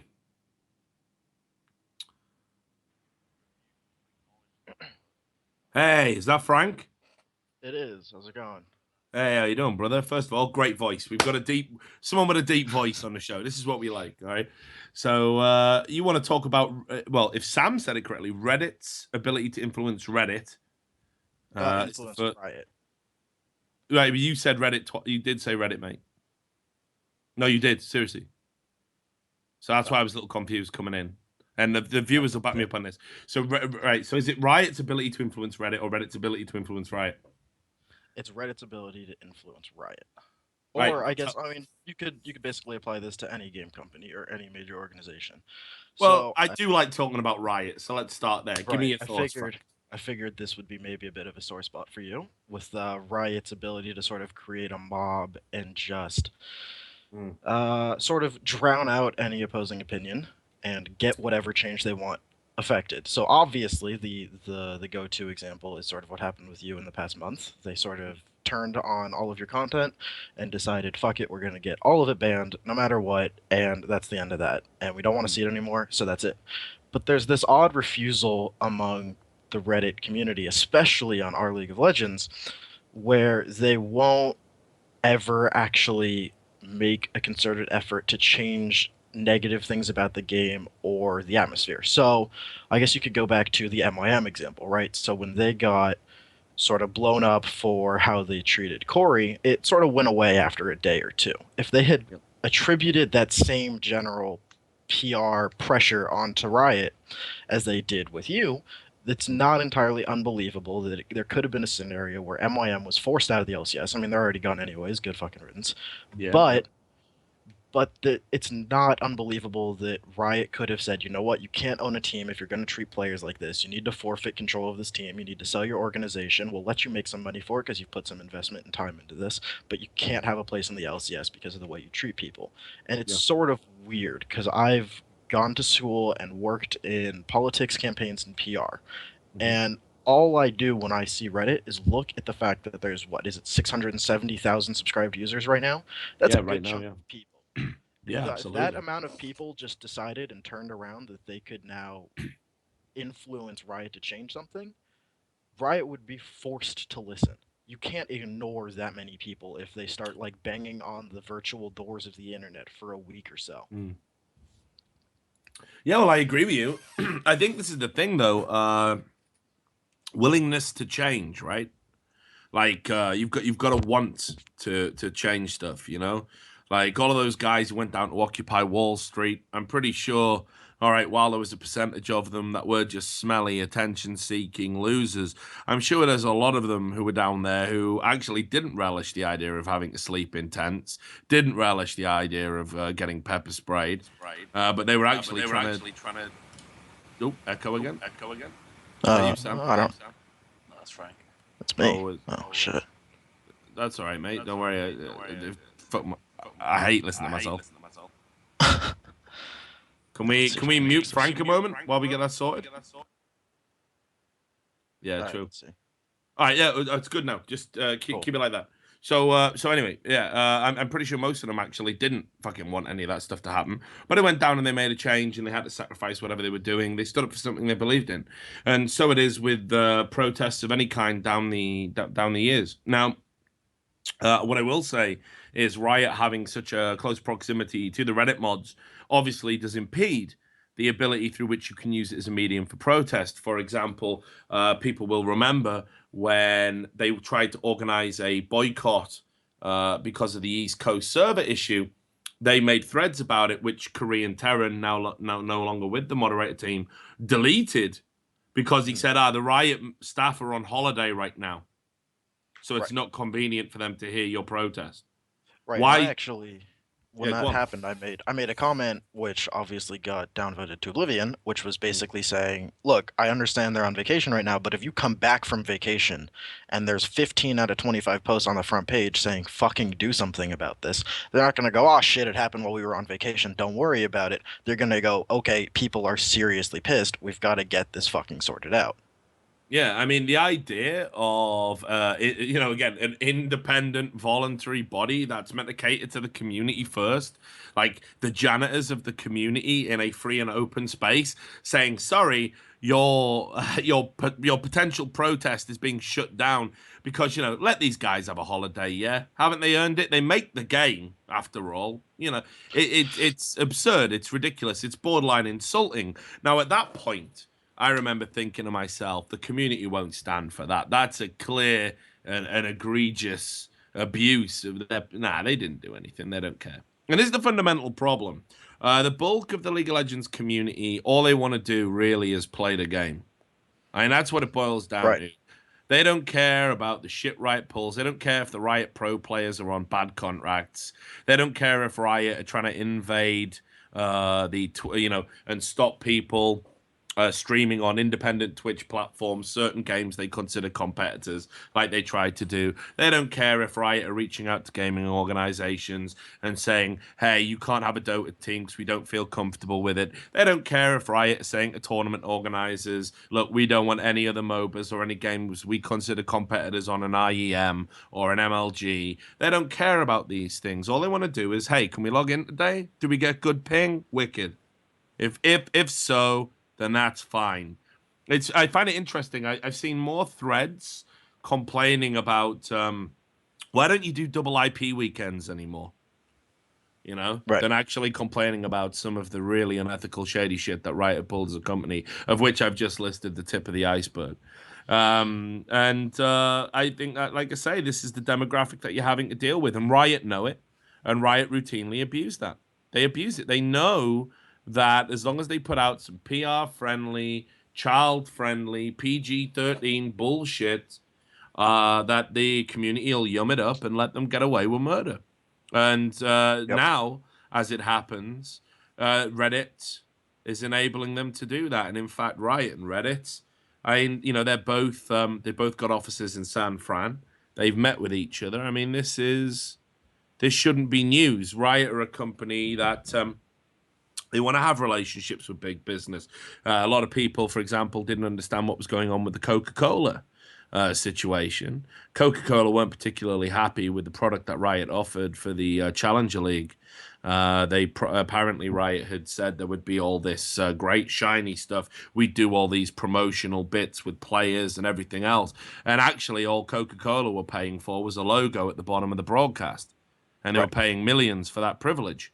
And that's why Coca-Cola said, yeah, this ain't going to work for us. Right? Yep. Okay, this really ain't going to work. But Brandon Beck had a personal relationship with another high ranker over at Coca-Cola. And that's how it got fixed. And they'd be like, yeah, we'll do it different this time. And that's why real Coca-Cola's coming to town now.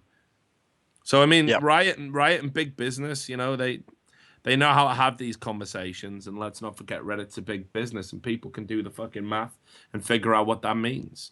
But unfortunately, like with anything, willingness needs to be in the community if you want to actually change anything. Without an organic grassroots movement, there will never be any form of change, be it political, fiscal, economic, marketing, whatever.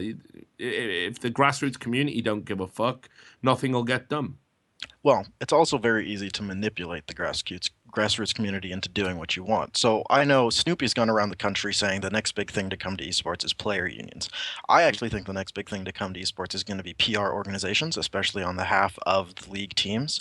So whether or not you believe with Jacob Wolf or Hotshot, personally, I take the side of, in this specific incident, I tend to believe Hotshot, but that's ultimately irrelevant because when you see what happened where the article was released, it says within the article that they contacted CLG for comment, which gives it away immediately that CLG knew this was coming. It took them about 3.5 to 4 hours to actually respond to the article, at which point people blew up and turned around and turned on CLG and said they're fucking horrible, they do everything wrong. This is the kind of thing that all of these PR organizations that could manipulate those grassroots groups and basic, I guess, the idiots on Reddit Well, yeah. into not allowing that kind of And thing to they do. I mean, here's the first thing you need to consider. Last time I checked, and perhaps you can verify this for me, Frank. Does Riot have its own website? For It's a trick question. The company? answer is yes. Yeah. Yeah. They've got this huge forum for League of Right. Legends. Yet it seems to me that they actually spend a disproportionate amount of time. I would argue the majority of their time thinking about how can we interact with Reddit? How can we get stuff on Reddit? How do we deal with Reddit? They recognize Reddit as the hub of their community. And not their own website that they control. So they've been particularly encroaching and creeping stealthily into that space because they want to control the message that goes out there. They've also got some very dubious ties with websites like Surrender at 20 and other things like that, and they've tried to engage in partnerships with other people. The reason I get so upset about the relationship that exists over at Reddit is that Reddit is meant to be a space for the grassroots, and yet it's completely unaccountable. I don't know how many accounts are owned by, multiple accounts are owned by like Riot staff members or moderators to upvote and downvote stuff. None of us do. We have no idea. Yet what I do notice is that the flow of information, there really doesn't seem to be a lot of stuff that is seriously critical of Riot that gets front page.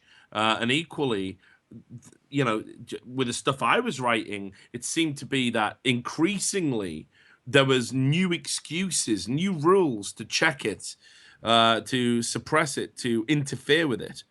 And I've never got why the community, like, look, you can fucking think I'm an asshole.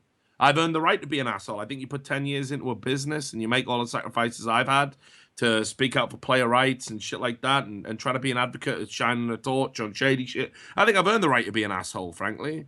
I think if anyone has, it's me. But maybe I shouldn't be one. But, if I do choose, I should be allowed. Yet, apparently, because I'm an asshole, that means whenever I criticize Riot, it's invalid. And it doesn't even matter now anyway, because mysteriously, my content is removed from the League of Legends subreddit exclusively. So who are the people that are critical of Riot now? I cannot find a single person. Well, so what's the last thing that was critical of Riot on the Reddit front page? Was it about the Samsung White Dandy Rengar skin, which immediately blew up, and then within about 3 hours of being on the front page, a couple of people came in and said, if you don't want it, don't buy it, which completely negates the entire argument of it should be better anyways.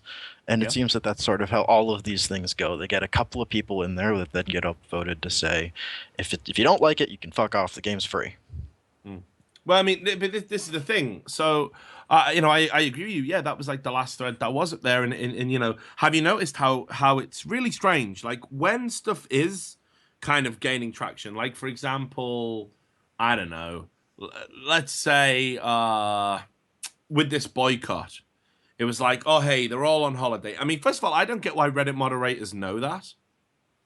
Because I thought all of their communications were just about server outages.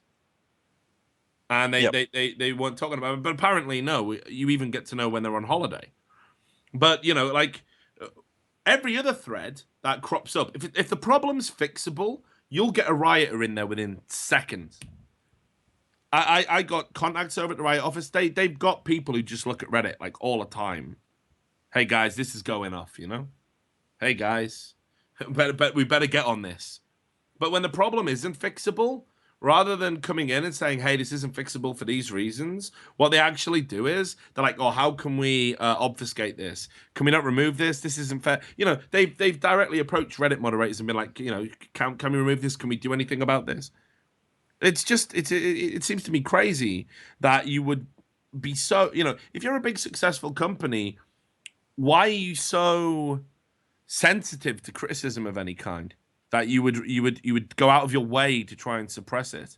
You know, like when I wrote the story about that massive security breach that they hid, they, rather than acknowledge that they lied about millions of accounts being violated by a hacker, right? Like, it was one of the stories of the year, you know, because everyone ran, being a PC gamer, ran stuff about it. Everyone picked up on it. What did Riot do? Did they come out and say, you know, hey, we thank the journalists for bringing this to light, you know, blah, blah, blah, or, yeah, okay, we've been caught with our pants down, we're really sorry, our security's loads better now? No, they actually just focused on, like, one or two details that were slightly different in my story, like meaningless stuff that doesn't change the fucking outcome of the story. And that was that. That was that. At no point did they take responsibility for the fact that not only was there a massive security breach on multiple occasions, they lied about it to the users. They also just like, yeah, but he got this date wrong. So yeah, and that's the company that everyone's fucking looking up to and wanting to support. And I've never understood it.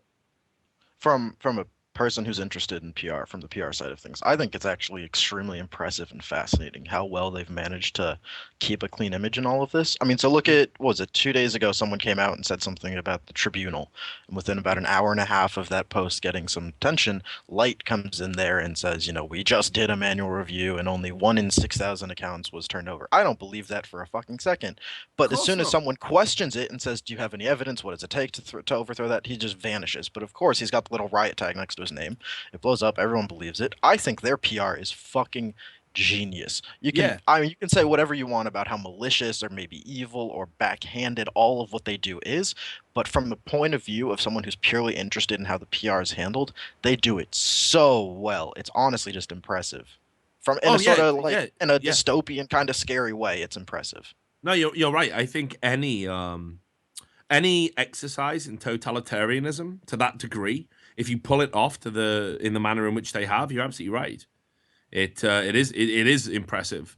You know, if I wasn't of the ethical makeup that I am, in an alternate reality, the Richard Lewis that doesn't give a fuck, I'm probably working for Riot right now and saying, hey, like, you know, this mind control shit we've got going on with the Tribunal and our player behavior team, why don't we sell that to the American military and you know, whatever. Like, I'm probably doing some crazy shit right now. But you know, I do fucking agree. Like, they're so, I mean, they're almost like omnipresent, and I'm kind of reluctant to talk about some of the stuff I know on air because it comes off as paranoid, delusional, but it's true, and I know it's true. And I've had multiple people tell me it's true. You know, it really is terrifying. I think as well, that's a good point that you've made about Light, how he comes into threads and is like, hey, here's a statistic. Where's the statistic from? Our own private research that we've taken from our own servers. Can we see this research? Nah. Also, nah, you don't need to. I'm telling you, so it's true, right? Anytime you go into, you could walk into your local community college, sign up for Stats 101. The first thing they'll tell you, day one of the class, they'll put a stat up on the board, and they'll say, what can you tell me about this stat, and how can you mislead it to represent exactly what you want? Stats is ultimately about creating a set of data that you can use to push something that you want to do. I mean, this is like what politics is based on. You create statistics and public polling that sort of support your point of view, and then you go out and say, look, everyone supports me. I mean, okay, so it was like, I mean, I won't even get into the whole how they talk, right? Whenever they talk about toxicity and how the Tribunal is effective against it, have you noticed how they say, and actually, we know that our community is overwhelmingly against transphobic, homophobic, and racist language. They have this recurring phrase. They always talk about that. And it's like, yeah, that isn't actually what... You know, you rarely experience that, I would say, by contrast to the other things they label as toxic. And yet they really hammer that home because they know that sells. That's the sexy idea, the idea of removing those prejudices from society, especially in an era that's just gone through Gamergate and the social justice warrior fucking juggernaut that's rolling through free speech right now. They know that's a sexy thing. They know that sells, and they talk about it all the time. I watched just a video the other day with Light talking about it from the last Games Developer Conference, and constantly harps on about it while throwing out these numbers that are ultimately fucking meaningless in a broader context. And I've seen people who are research scientists as well message Light and be like, oh, okay, well, you based it on these studies, but I'm more interested in your shit. Like, how does this work? How did you get these numbers? How did you extrapolate this data? Never replies to those questions. He just, again, he operates to me like, what's the word for it? Just a good old fashioned panhandler, like he sells this, like, oh, we've got the solution to all of these problems. And this is the headline. Homophobia gone, racism gone, and everyone sits up and pays attention. But if you actually just come down to fucking planet Earth for 5 minutes and look at what he's saying and look at the numbers, they don't make sense. And whenever someone calls him out, he says, I can't reply to that, sorry. Well, if you want to know the single greatest way to tell whether or not someone's full of crap, and I guess in this circumstance, is people will always say that you don't need the tribunal because every time someone petitions their ban or their chat restriction or whatever it is, they'll say, yeah, but Light comes in and smites all of these people anyways. The only example of them overturning a case publicly was the dude who was calling himself shit. Right? Yeah. He was like saying, Ash, all you shitter, and he's playing Ash. Right? That's the only example they've had in 3 years of overturning one of these. I don't care how perfect your system is. The amount of people that play this game, what is it? It's like 27 million just in NA and EU or something absurd. There's no way they've not released up-to-date numbers. That's got to be said. I don't think they've updated the numbers for a while. Whatever it is, it's over 10 million players in just NA and EU, right? There's no way that in a system that big, they've only made one mistake. That's just not reliable, not believable. Oh, of course it isn't. Definitely not, especially as given that a part of their system is reliant on us, and we're fucking idiots. Do you know what I mean? Simple as that, right? So I mean, like, once you put the public in as a cog in the machine, holy shit, stand back and watch the sparks fly. But I mean, I here's another thing. You're bringing up the Light smite, right? You're the head of player behavior. You got this prominent position. You're always chirping about how you got this PhD and what a fucking genius you are and how you're going to change the world. And wouldn't it be cool? I mean, this is the phrase you use. Wouldn't it be cool if the internet was basically homogenous and really cool, mate. Really cool. But this guy still has the time in his day when someone messages on the forum saying, I got banned for nothing. He's got the time to go through his games and find the games where the guy's like been racist and humiliating publicly. Right. You've got that level of time on your hands, do you? And again, it's a carefully constructed PR exercise. It changes the public's perception because now, what's the reaction whenever anyone appeals? Oh, well, he does every time they appeal, they get banned. So fuck it, don't appeal. Yeah. But they're always right. The public always say, well, every other time someone has had a thread on the front page of Reddit and said, I didn't do it, Light turns up and he smites him. Ha ha ha, Light smites. Let's make a subreddit about it. Ha ha ha. This is a grown-ass man. I think he's like a year younger than me.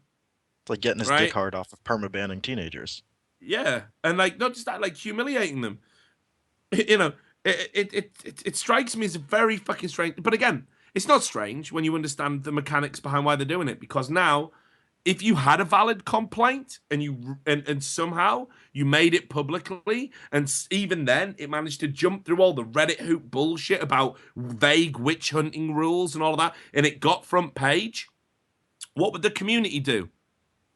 They'd just say, "Ha! Can't wait for Light to get here. You're going to look like a cunt in 5 minutes." And Light doesn't turn up, and then the thread goes away and gets forgotten about. Maybe that guy had a legitimate appeal. We'll never know now. No one will take an appeal against a ban seriously ever again. Well done again. Well done, Riot. You've done it.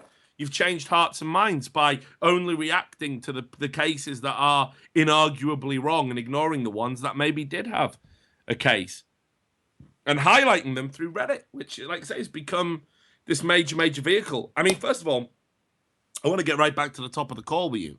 And several people have tweeted me saying and PM me and messaged me on Skype saying you're fantastic. We should get your Twitter. We'll let you plug it at the end. But I want to ask you just about the Reddit system in general and how you feel about it. Okay. In just the general idea of letting people upvote things and direct the conversation, or something else in specific? Well, no, just in general. I mean, like I think the Reddit system, I hate it because it just feels like it's an echo chamber for fucking stupidity. Like, actually, it encourages mob mentality. It discourages critical thinking, and it discourages contrarianism. Yeah, I mean, I don't particularly want to spend too much time harping specifically on the Reddit system, but I think the problem is that in theory it's a good idea that you let people direct the conversation, you let everyone talk about what they want to talk about. But the problem is that people generally, and you see this with cable news in America, right? People on the right wing watch Fox, people on the left wing watch MSNBC, and everyone only wants to hear their own opinion. No one wants to be challenged on shit because no one's got the time to deal with the challenge to their opinion. So they sit there and they sort of view what the echo chamber is. And when it comes to Reddit, basically everyone just downvotes anything they disagree with. It doesn't matter if it's well reasoned. It doesn't matter if it has a point. It doesn't matter whatsoever. If they disagree with it, they'll downvote it into oblivion. They don't want to see it. They don't want to deal with it. And I think the odd thing is the moderators actually have a chance to sort of deal with this. A lot of subs have taken into effect this inability to downvote people, which of course you can get around. And they've sort of gone around sort of stating officially, you know, you're the part of Reddit, whatever the fuck that is, basically means you're not supposed to downvote people if you disagree with them, only if it detracts from the conversation. And moderators on some smaller subreddits actually have made this attempt to sort of push their communities into saying that unpopular views are still important views. But on some of the bigger subreddits, obviously it's harder to do that. Maybe it's stupidity and incompetence. Maybe it's malicious. I tend to believe it's stupidity and incompetence for the most part, where they sort of just let it slide. And so that's why you open every League of Legends thread, and it's either something that's just a fucking dank meme at the top, something that would come straight out of Broken Shard's mouth, or something that is just overtly positive of anything off topic to the video, right? So you open up the Faker video and it's just like, if Faker was God, this would be his Bible. Like, how the fuck is that an intelligent or useful comment in any way whatsoever? I mean, it's honestly, again, I've got so much stuff going on in the pipeline. Like, I wish I could talk openly about it, but I really can't at the moment. And I hate saying that to people because I always like to talk openly. But, you know, let's just say, for example, you know, there's been stances that Riot have taken publicly, and it's kind of got like this weird traction on Reddit that I can't really explain. And I'm like, okay, so one of the things, all right, I'll just say it. One of the things that happened off the back of the stories that I wrote about Riot's relationship with the subreddit was, there was this private subreddit created, Snoo Gaming, it was called. And they dragged every mod from all the major esports and gaming subreddits into this private subreddit, and they asked them a questionnaire. They listed a bunch of questions to them. And I can, hang on, wait there, I'll give you an example of some of these questions. I just need to get an email. But the gist of what they were doing was that it was like you couldn't tell if what they were saying was like, we need to clean up Reddit and its relationships with major games developers, or whether they were maybe moving towards actually offering it as a potential package. One of the things I heard was that Reddit, because they're so determined to monetize at this point, was that they wanted to actually maybe offer subreddits to games developers, you know, and so it wasn't just people like me and you who registered subreddits. They were like, oh, you got a game coming out? Okay, well, if you want, you can pay, reserve it, put your mods in, and it would be like a paid solution, like a paid package for your game. So on this questionnaire, there were questions like, are any of your moderators game studio employees? Are you aware of game studio employees frequenting your subreddit? Do you provide custom flair to these studio employees? And it's questions like this. So I think this is indicative of either. I mean, I'd like to believe it's Reddit acknowledging there's a problem, but I don't think it is. I mean, I'd like to believe that, but I don't think it is. And I think Riot are. I know. I think once again their PR juggernaut has been massively pioneering. I think they're the first corporate interest to truly get into Reddit, truly infest Reddit, and take over and basically push the fucking grassroots out and push the community out. Well, so in the world of PR, at least in the US, there's 3 major cities. There's DC, obviously, for fucking politics. There's New York City, because everything is based in New York City. And there's Santa Monica. And Santa Monica, the PR here, generally, instead of dealing with politics or finance, as in DC and New York, works in the entertainment industry. So as the games industry grows and overshadows music and movies, there's millions, not millions, that's exaggerating. There's at least 1,000 tiny PR boutiques that are exactly 5 blocks away from Riot headquarters in Santa Monica. And it's really not that complicated to put 2 and 2 together as you see their PR campaign, which again is genius. And all of these companies that are exactly in their proximity. I mean, these companies are building a reputation on how amazingly they can handle PR, and Riot's contacted a lot of them. Hell, I interviewed at one of the PR companies where they were saying they were currently in talks with Riot Games about how to handle PR with their LCS. I didn't end up getting the job. I don't know how that ended up going. I took a job somewhere else. But these companies are actively in touch with Riot, and I think the next step is they're going to be in touch with the league ownership teams. So CLG, TSM. I'd be shocked if TSM didn't have someone in PR already. I know. Well, then again, I'd be shocked if they ever. I mean, I think ego is a large part about it with these LCS organizations. Like, I think they want to believe. I mean, I wouldn't. All right, I'll put it this way. I think Reggie would never hire an outside organization to do shit for him, but I wouldn't. I'd be shocked if he hadn't hired a person in house to do PR for them. What do you know about Triple Point Media? Nothing. Never heard. My understanding was I think they are one of the PR firms that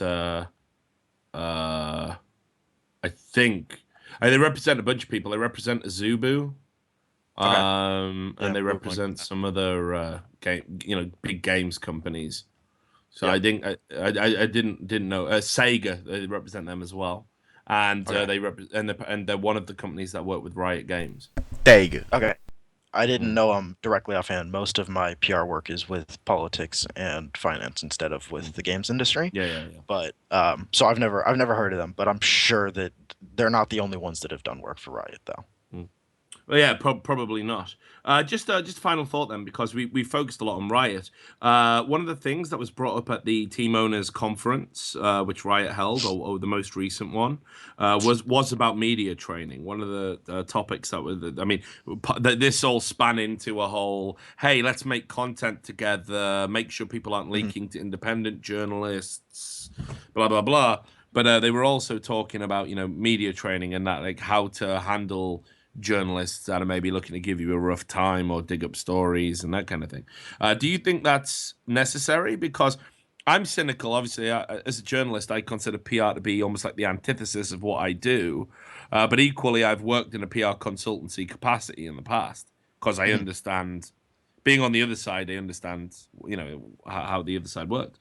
But do you think that it's going to be, like, a good thing in a way? Because some of these fucking LCS organizations, some of these gaming organizations, they do handle shit terribly. Yeah, TSM does. I think the decision to block out all interviews because they were pissed off at Thorin was fucking stupid. I think there's good PR and there's bad PR. It depends on who Riot hires. If they hire a bad firm, they'll probably tell them the kind of media training that you're saying to avoid journalists. If they give them good PR training, what they'll be doing is they'll be saying, go out, find a handful of journalists, share your information with them, right? It's much easier to attract bees with honey. And if you go out and actually actively pursue these journalists and say, look, we've got this story, we'd like it to be released to the public, we know your job is basically releasing stories to the public, and you basically then are in the position of shining a light on the story in the way that you want it to be displayed. So, I mean, the chat's blowing up right now about CLG's PR. So, their manager of their challenger team, I'm Sammy or whatever her name is, if you go through her Twitter, she says some heinous and just stupid shit. She goes on there and says things like, I'm guessing it was about Jacob Wolf before the article came out, and said something along the lines of, I hope your career ends, and it looks like it already has, you fuck boy. She's in an official position on behalf of CLG. That is not something that would be acceptable in any other industry whatsoever. That's just like not something that would happen, right? So if they end up going a route of bad PR and media relations through this Riot training system with whatever PR company I'm sure they hired to run the thing, then it's possible that there will be no real relationship between journalists and organizations. If they're smart, a smart journalist will do exactly what happens with politics. So a Democrat will run for office. What's the first organization he's going to call? He's going to call the New York Times. Right? You're going to have them release the story on it. They're going to give you an interview. They're going to run the story exactly the way you want to, because this is now a relationship that they're going to help foster, because they know that if they serve you, you'll keep coming to them with stories. If you keep coming to them with stories, it's basically a positive relationship between the two. If you sit there and block out journalists, it's only in the journalist's interest to publish anything that will get the most views, that will get them the most publicity, because that's exactly what a journalist's career is based on, right? Page hits, publicity, reputation. And it's not always going to fall in line with the organization. The best way to get that relationship is to present the information to the organization directly, or to the journalist directly. Yeah, no, and I tried telling this to multiple organizations. I've said to them, right, okay, like, I mean, this is a phrase that I've said to them. If you want to be friends with a pit bull, you know, you're going to get bit maybe once or twice a year.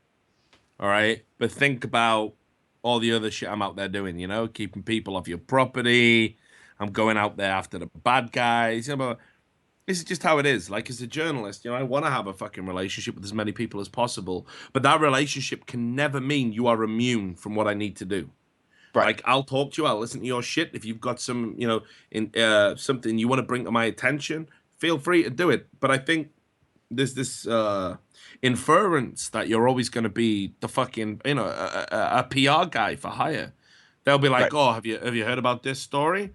Okay, cool. Well, you're going to write it up like this. No, I'm not. I'm going to write it up like how it happened. Yeah, but if you write it up like this, we'll give you an interview. That's not going to work for me. I'm selling out my ethical code for a fucking interview. Like, be serious, be real here. Or, you know, tempt me at least. Offer me 10 million. You know, make it difficult, right? Not a fucking interview. But they don't do it that way. And but even go on, sorry. I just mean, even on a subconscious level, right? So if the journalist keeps getting stories from this organization, nobody's immune to the fact that you're going to become friends with people in that organization, and you're going to be less tempted to write negative things, even if that's exactly the way that happened. It's going to spin a little bit, right? So I'm sure you would admit that some of your articles towards the end of the Reddit disaster became a little bit skewed against Reddit. I mean, obviously, there's a ton to write about that's negative towards the Reddit mods, but it's impossible to say you're not going to have a bias. Yeah, look, but equally, I think it's impossible to say that's any story I've written about the people I've written about. If it's like an expose, I am negative towards all of those people. When I wrote the MYM story, I was negative to those guys. Go back to 2007, 2008, when I'm writing about CSS money not getting paid out. I'm negative about those guys. In fact, I'm just having an argument with a guy from fucking the former head, you know, honcho over at Gotfrag, because he's trying to make out I lied about an award that I got nominated for, and the award that I got nominated for in 2008 was an expose on a manager who'd ripped off a bunch of players in 2005 or early 2006, left, came back with a different name, and then tried to run a gaming organization and ripped off a bunch of players again. It was called the Superfly Swindle. I got, you know, it's like that. I was biased against him because I'm biased against pieces of shit. You know, I don't know if that makes me a good or a bad person admitting that. I mean, everyone, whether or not they admit it, has their biases.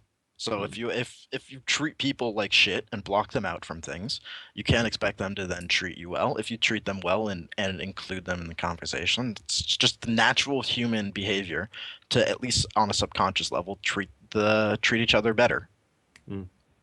Yeah, man. So I know. Final point, I guess, Frank. I definitely talked to you all night about this, but I think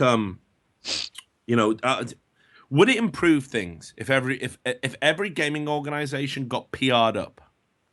Does it improve stuff? Because I'm pretty sure, as what you're saying, Riot would want that for their LCS teams, and I think that would probably mean less and less would come out. I mean, they're already being very aggressive with litigation, very aggressive with contracts. They're putting clauses in there that can be held over you. They're NDAing everyone up the ass. If they add a PR fucking offensive on top of that, where do we end up? I mean, are we better off or worse off? It depends. I mean, PR gets such a negative rep because obviously the nature of a PR firm hired by an organization is to hide negative things. That's just, if you work for an organization, you don't want bad shit coming out. That's literally your job. But based on the nature of the esports industry, it's based on popularity. So you go to TSM. Bjergsen is the most popular player in Western League, probably well, not probably, definitely the most popular player in Western League, right? So it's in TSM's best interest to present more Bjergsen information, more vlogs, more videos. The more you produce about Bjergsen, the better. Same goes for CLG and Doublelift. Same goes for Gravity and Saint Vicious. All of these big names, you want them to be in the public. You want them interacting with fans. You want them to have as much exposure as possible. That would be good PR because this is a popularity-based industry. Bad PR would be to say we have some negative shit that might come out if we let this person talk. But Doublelift can't keep his mouth shut for shit. He leaks everything on stream. But that's honestly a horrible way to handle it. So interesting point. Back when Doublelift used to go ham on interviews. CLG used to have, I think it was Kelby, sit in with him, and that was at the behest of Riot to stop him going as ham. Yep.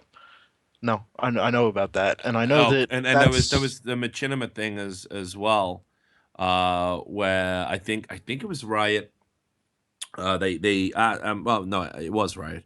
They asked for basically to look at some edits of some interviews with players, and what they would do is they would get back to them and be like, "You need to change this line. You need to change that line," even if that line would change the whole context of the answer.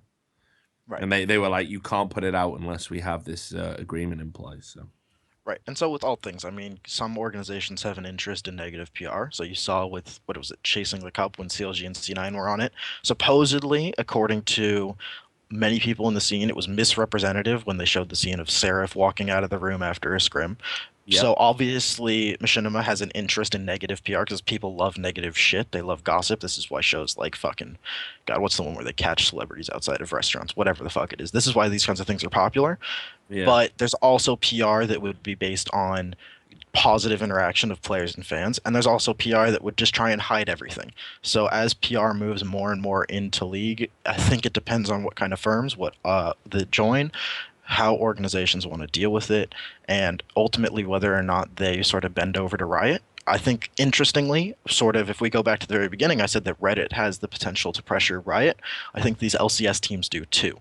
LCS teams are actually surprisingly more popular than Riot is. So if CLG, TSM, C9, Fnatic, SK, Unicorns of Love, if they all come out and say, we're going to do what the fuck we want, and Riot tries to silence them, and then they go to the public and say, look, this is what we want to do, Riot won't let us, then I guarantee you there will be nothing but hatred for Riot from the public because they want to see more of these pros. So it's really just going to come down to the leadership of the owners of all these teams, what they want to do with this. I think the advent of PR into esports is neither a positive or a negative. It's a neutral depending on how they choose to do it.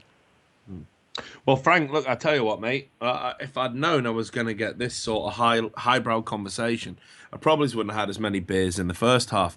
But it was kind of like the first caller sort of dared me. He was like, yeah, but you never drink irresponsibly on stream. And I'm like, right, I'll fucking show you. I'm 5 deep and it's 4 in the afternoon. Fucking hell, if you can talk this eloquently after 5 beers, you need a real job in esports. So look, man, Frank, seriously, lots of people have enjoyed your call. I'm sure some people didn't, but fuck them, that's the nature of the beast. Do you have a Twitter you want to plug or anything like that? Because I think you're good people. I rarely use Twitter, so no, not really. Fuck it, mate. I'd stay anonymous as well. You're talking sense. It's too dangerous. Well, look, I hope you'll call in again at least at some point. Maybe not about a PR issue, but about something else. All right, I'll try. All right, Frank. Great to hear from you. Thanks a lot for your time. Take Thanks. care. Have a good night. Enjoy the rest of your beers. So there you go, Sam. Well chosen, sir. Yeah, I'm on a roll. Well, you went no. Hang on. The role implies that other call with that drunk guy. Yeah. So there was this interviewer, and she was great. What was her name? I don't know. I don't know. It's pretty good. Who is? Just check it out. Anyway. She editor in chief of SK. You don't know who Curly Chan is? What? You've been in esports journalism for like 12 years. I make no bones about it. All I see is the competition. No, I'm kidding. I don't keep up with people. People reach out to me directly. I do lots of work with other journalists. Guys over at the Score and Esports Heaven, other publications. When I first started in esports, I actually wrote a few things for SK. That's how I know Curly Chan. Even though she probably doesn't remember me, because as soon as I signed up, I wrote one piece and then just never wrote again. Nice. So you were one of those cunts. Yeah. Like the bane of the editor's existence. Like you're like, I'm so keen. Yeah. Please just give me a chance to write one article. You're like, well done, mate. This is really good. Here's some feedback. Now can you write this other one? I've decided I want to be a streamer. Yeah, fuck off. Yeah, that's the thing that happens. Like, I got into esports, I was writing for all these different organizations. Like, oh, you don't pay. All right, let me go to this one. Oh, you don't pay. All right, nobody pays. So yeah, fuck this. Then I'm going home. Yeah. So, I don't know, man. I feel like I don't want to have another caller now, in a way. Because I thought Frank was strong. He was a strong guy. I think it's a good thing to go out on, actually. The highest brow conversation we've ever had on Trash Talk. Yeah, it was, mate. It was. So I don't know. Why don't we just talk about some other stuff for a couple of minutes? Crack Let's on. do that. Yeah, let's do that. So yeah. Anyway, I'll just say this. So soon, I'm going to be moving house. Me and the toad mushroom in our student dorm room, as someone called it today on YouTube. We're going to be moving. We're going to be getting a bit more studio space. I'm hoping Sam could come up and join me even for a week or a month or two or whatever it is. And we're going to get it all set up. And we're going to try and broadcast more regularly. I still don't know how much of it's going to be about League of Legends. But we are going to be, I don't know, what do you reckon? Putting out some shit daily? Yeah. Why not? Yeah, we'll do it for a couple of weeks. Yeah. See how it goes. I had an idea to do something called the Daily Dirt, which was going to be like whatever stories were kind of breaking in esports and all the gossip and all the rumors, and just do like a little thing a day. I mean, we're going to do it all live. I'll probably stream some games and stuff like the good old days. So we're looking good. We've got a sponsor signed for a CSGO show that's coming out very soon. I don't really know where League of Legends is going to fit into the equation, in all honesty. But if there's a opportunity to still do the odd First Blood, I talked about it with Ram recently, but that's Broken Shot. And obviously Nintendo still wants to play, but if an opportunity doesn't come in for this split, he'll have some free time on his hands. So maybe we can make it a monthly thing. We just do it for fun. But ultimately, the bottom line is a lot of people really misread what I put out into the public domain about, I'm going to have to, cut back on the League of Legends stuff, blah, blah, blah. I'm still going to write the news. It's just First Blood, really. It's just not worth the hassle, mate. When you're being told categorically by players, I cannot come on, my manager will kick off. Riot have told them not to let players on the show. It's too much hassle to have to go through that every week. And for what, ultimately? No one, it'll never be sponsored. It'll never be like a credible show. It'll never, it can't even hit decent viewing numbers. And I know there's people out there who enjoy it. And because of that, I think we'll still consider doing the odd one-off. They'll be announced probably 48 hours in advance or stuff. But I think for the most part, we'll be doing other bits and pieces, stuff like this and gossip shows and everything else. So that's going to be the plan. But other than that, I just wanted to say, thanks for your guys' continuing support. I think we've realized, we have got a little hardcore fan base and it's growing every day. And what I need to do, if I'm to kind of battle some of the people that my good friend Frank was just talking about, we need to grow the platform, because right now Reddit obviously is able to lock that platform down. So hopefully we'll create a nice, big, juicy YouTube channel. If Thorin can do it, so can I, right? And yeah, we'll take it from there. Maybe when we get to 50k subs, 60k subs on the YouTube channel, we bring First Blood back, weekly. But until then, it'll probably be one-off. So that's my thoughts. Sam, what are your thoughts? I'm just looking forward to it. I think for the first few weeks we'll just be throwing whatever we think's good. So it's nice to see 1,000 people tune in with obviously no Reddit support anymore. This is just the core following. So for the few weeks we just try shit. Feel free to tell us if you think it's shit or if you think it's good. We'll just do loads of test shows, stream some games, and whatever sticks. We'll do a copy of what we pitched it ages ago. We were going to do a show called, what was it? I Hate It Here. Yeah, I hate this place, or I hate it here. I can't remember which one we went with. Yeah, I hated it. And we're just going to talk about the news and current affairs. And I think it's okay. I think Garvey likes the idea, so I think we'll be okay to do it on Twitch. But we're hoping to get gaming personalities in. I keep trying to get Steven. I said to him, I messaged him on Skype the other day and said, if we, this is Destiny, if we call it the Lewis and Bennell show, will you do it? And I think he was like, yeah, dog, in block capitals. So maybe Sam will make some title sequences and we'll try and do that. But basically, I'm going to have a lot more time on my hands. I'm going to try and do as much daily video content as I can. Trash talk won't be going anywhere. That's never going to change. I like this. This is good therapy for me. I get to talk to people. Because I hate people, really. Individuals are great. People as a group are horrible. And trash talk helps me have faith that it's all going to be and okay. sometimes it crushes my faith. Yeah. So, anyway, I think that's it. Well, I want to thank all the callers for calling in. We had some great callers tonight. Special shout out to Frank. Although Arno, I think, it was High pretty quality. good, right? Yeah. Thanks to all of the celebrities for tuning in. Obviously, my man Cody Connors now working at Twitch, aka Avoli. He's in there. Odie was there. Scoots was there. All of the regulars, all of the mods, all the people who subscribe. And like I say, that subscription money, I don't spend it. There's not a big mansion thing going on. I don't really know what we do with it. It just kind of sits there in a bank account. Maybe we can do something good with it. Maybe we can, I don't know. Maybe we should do something like fly a subscriber out to the house and kill him on air. No, I'm kidding. Riot style sacrifice. We are boo. We are boo. But no, we get him in. We get it. Maybe we bring a subscriber to the house to stay overnight with us and stream. That'd be awesome. You have to have inside NDAs though. All the NDAs. How can it be a non-disclosure agreement if we stream it? Yeah, we just don't stream the good parts, obviously. Anyway, yeah, I think we should do that actually. I think we should do that. Let's you know what? We'll talk about this. Cody's given a challenge as well. Apparently, if you and Steven do a show together, you'll 100% get it on the Twitch front page. So that's the challenge. Ooh. All right, then. Well, another drunken call with Destiny's coming up after this. But anyway, thanks to all of the regulars. Seriously, you guys, you get me through the tough times. You make me have this illusion of relevancy. So thanks to all of you people. Thanks to Sam, my producer. He is like a kid brother to me. Although, thank God, my real kid brother never turned out like this guy.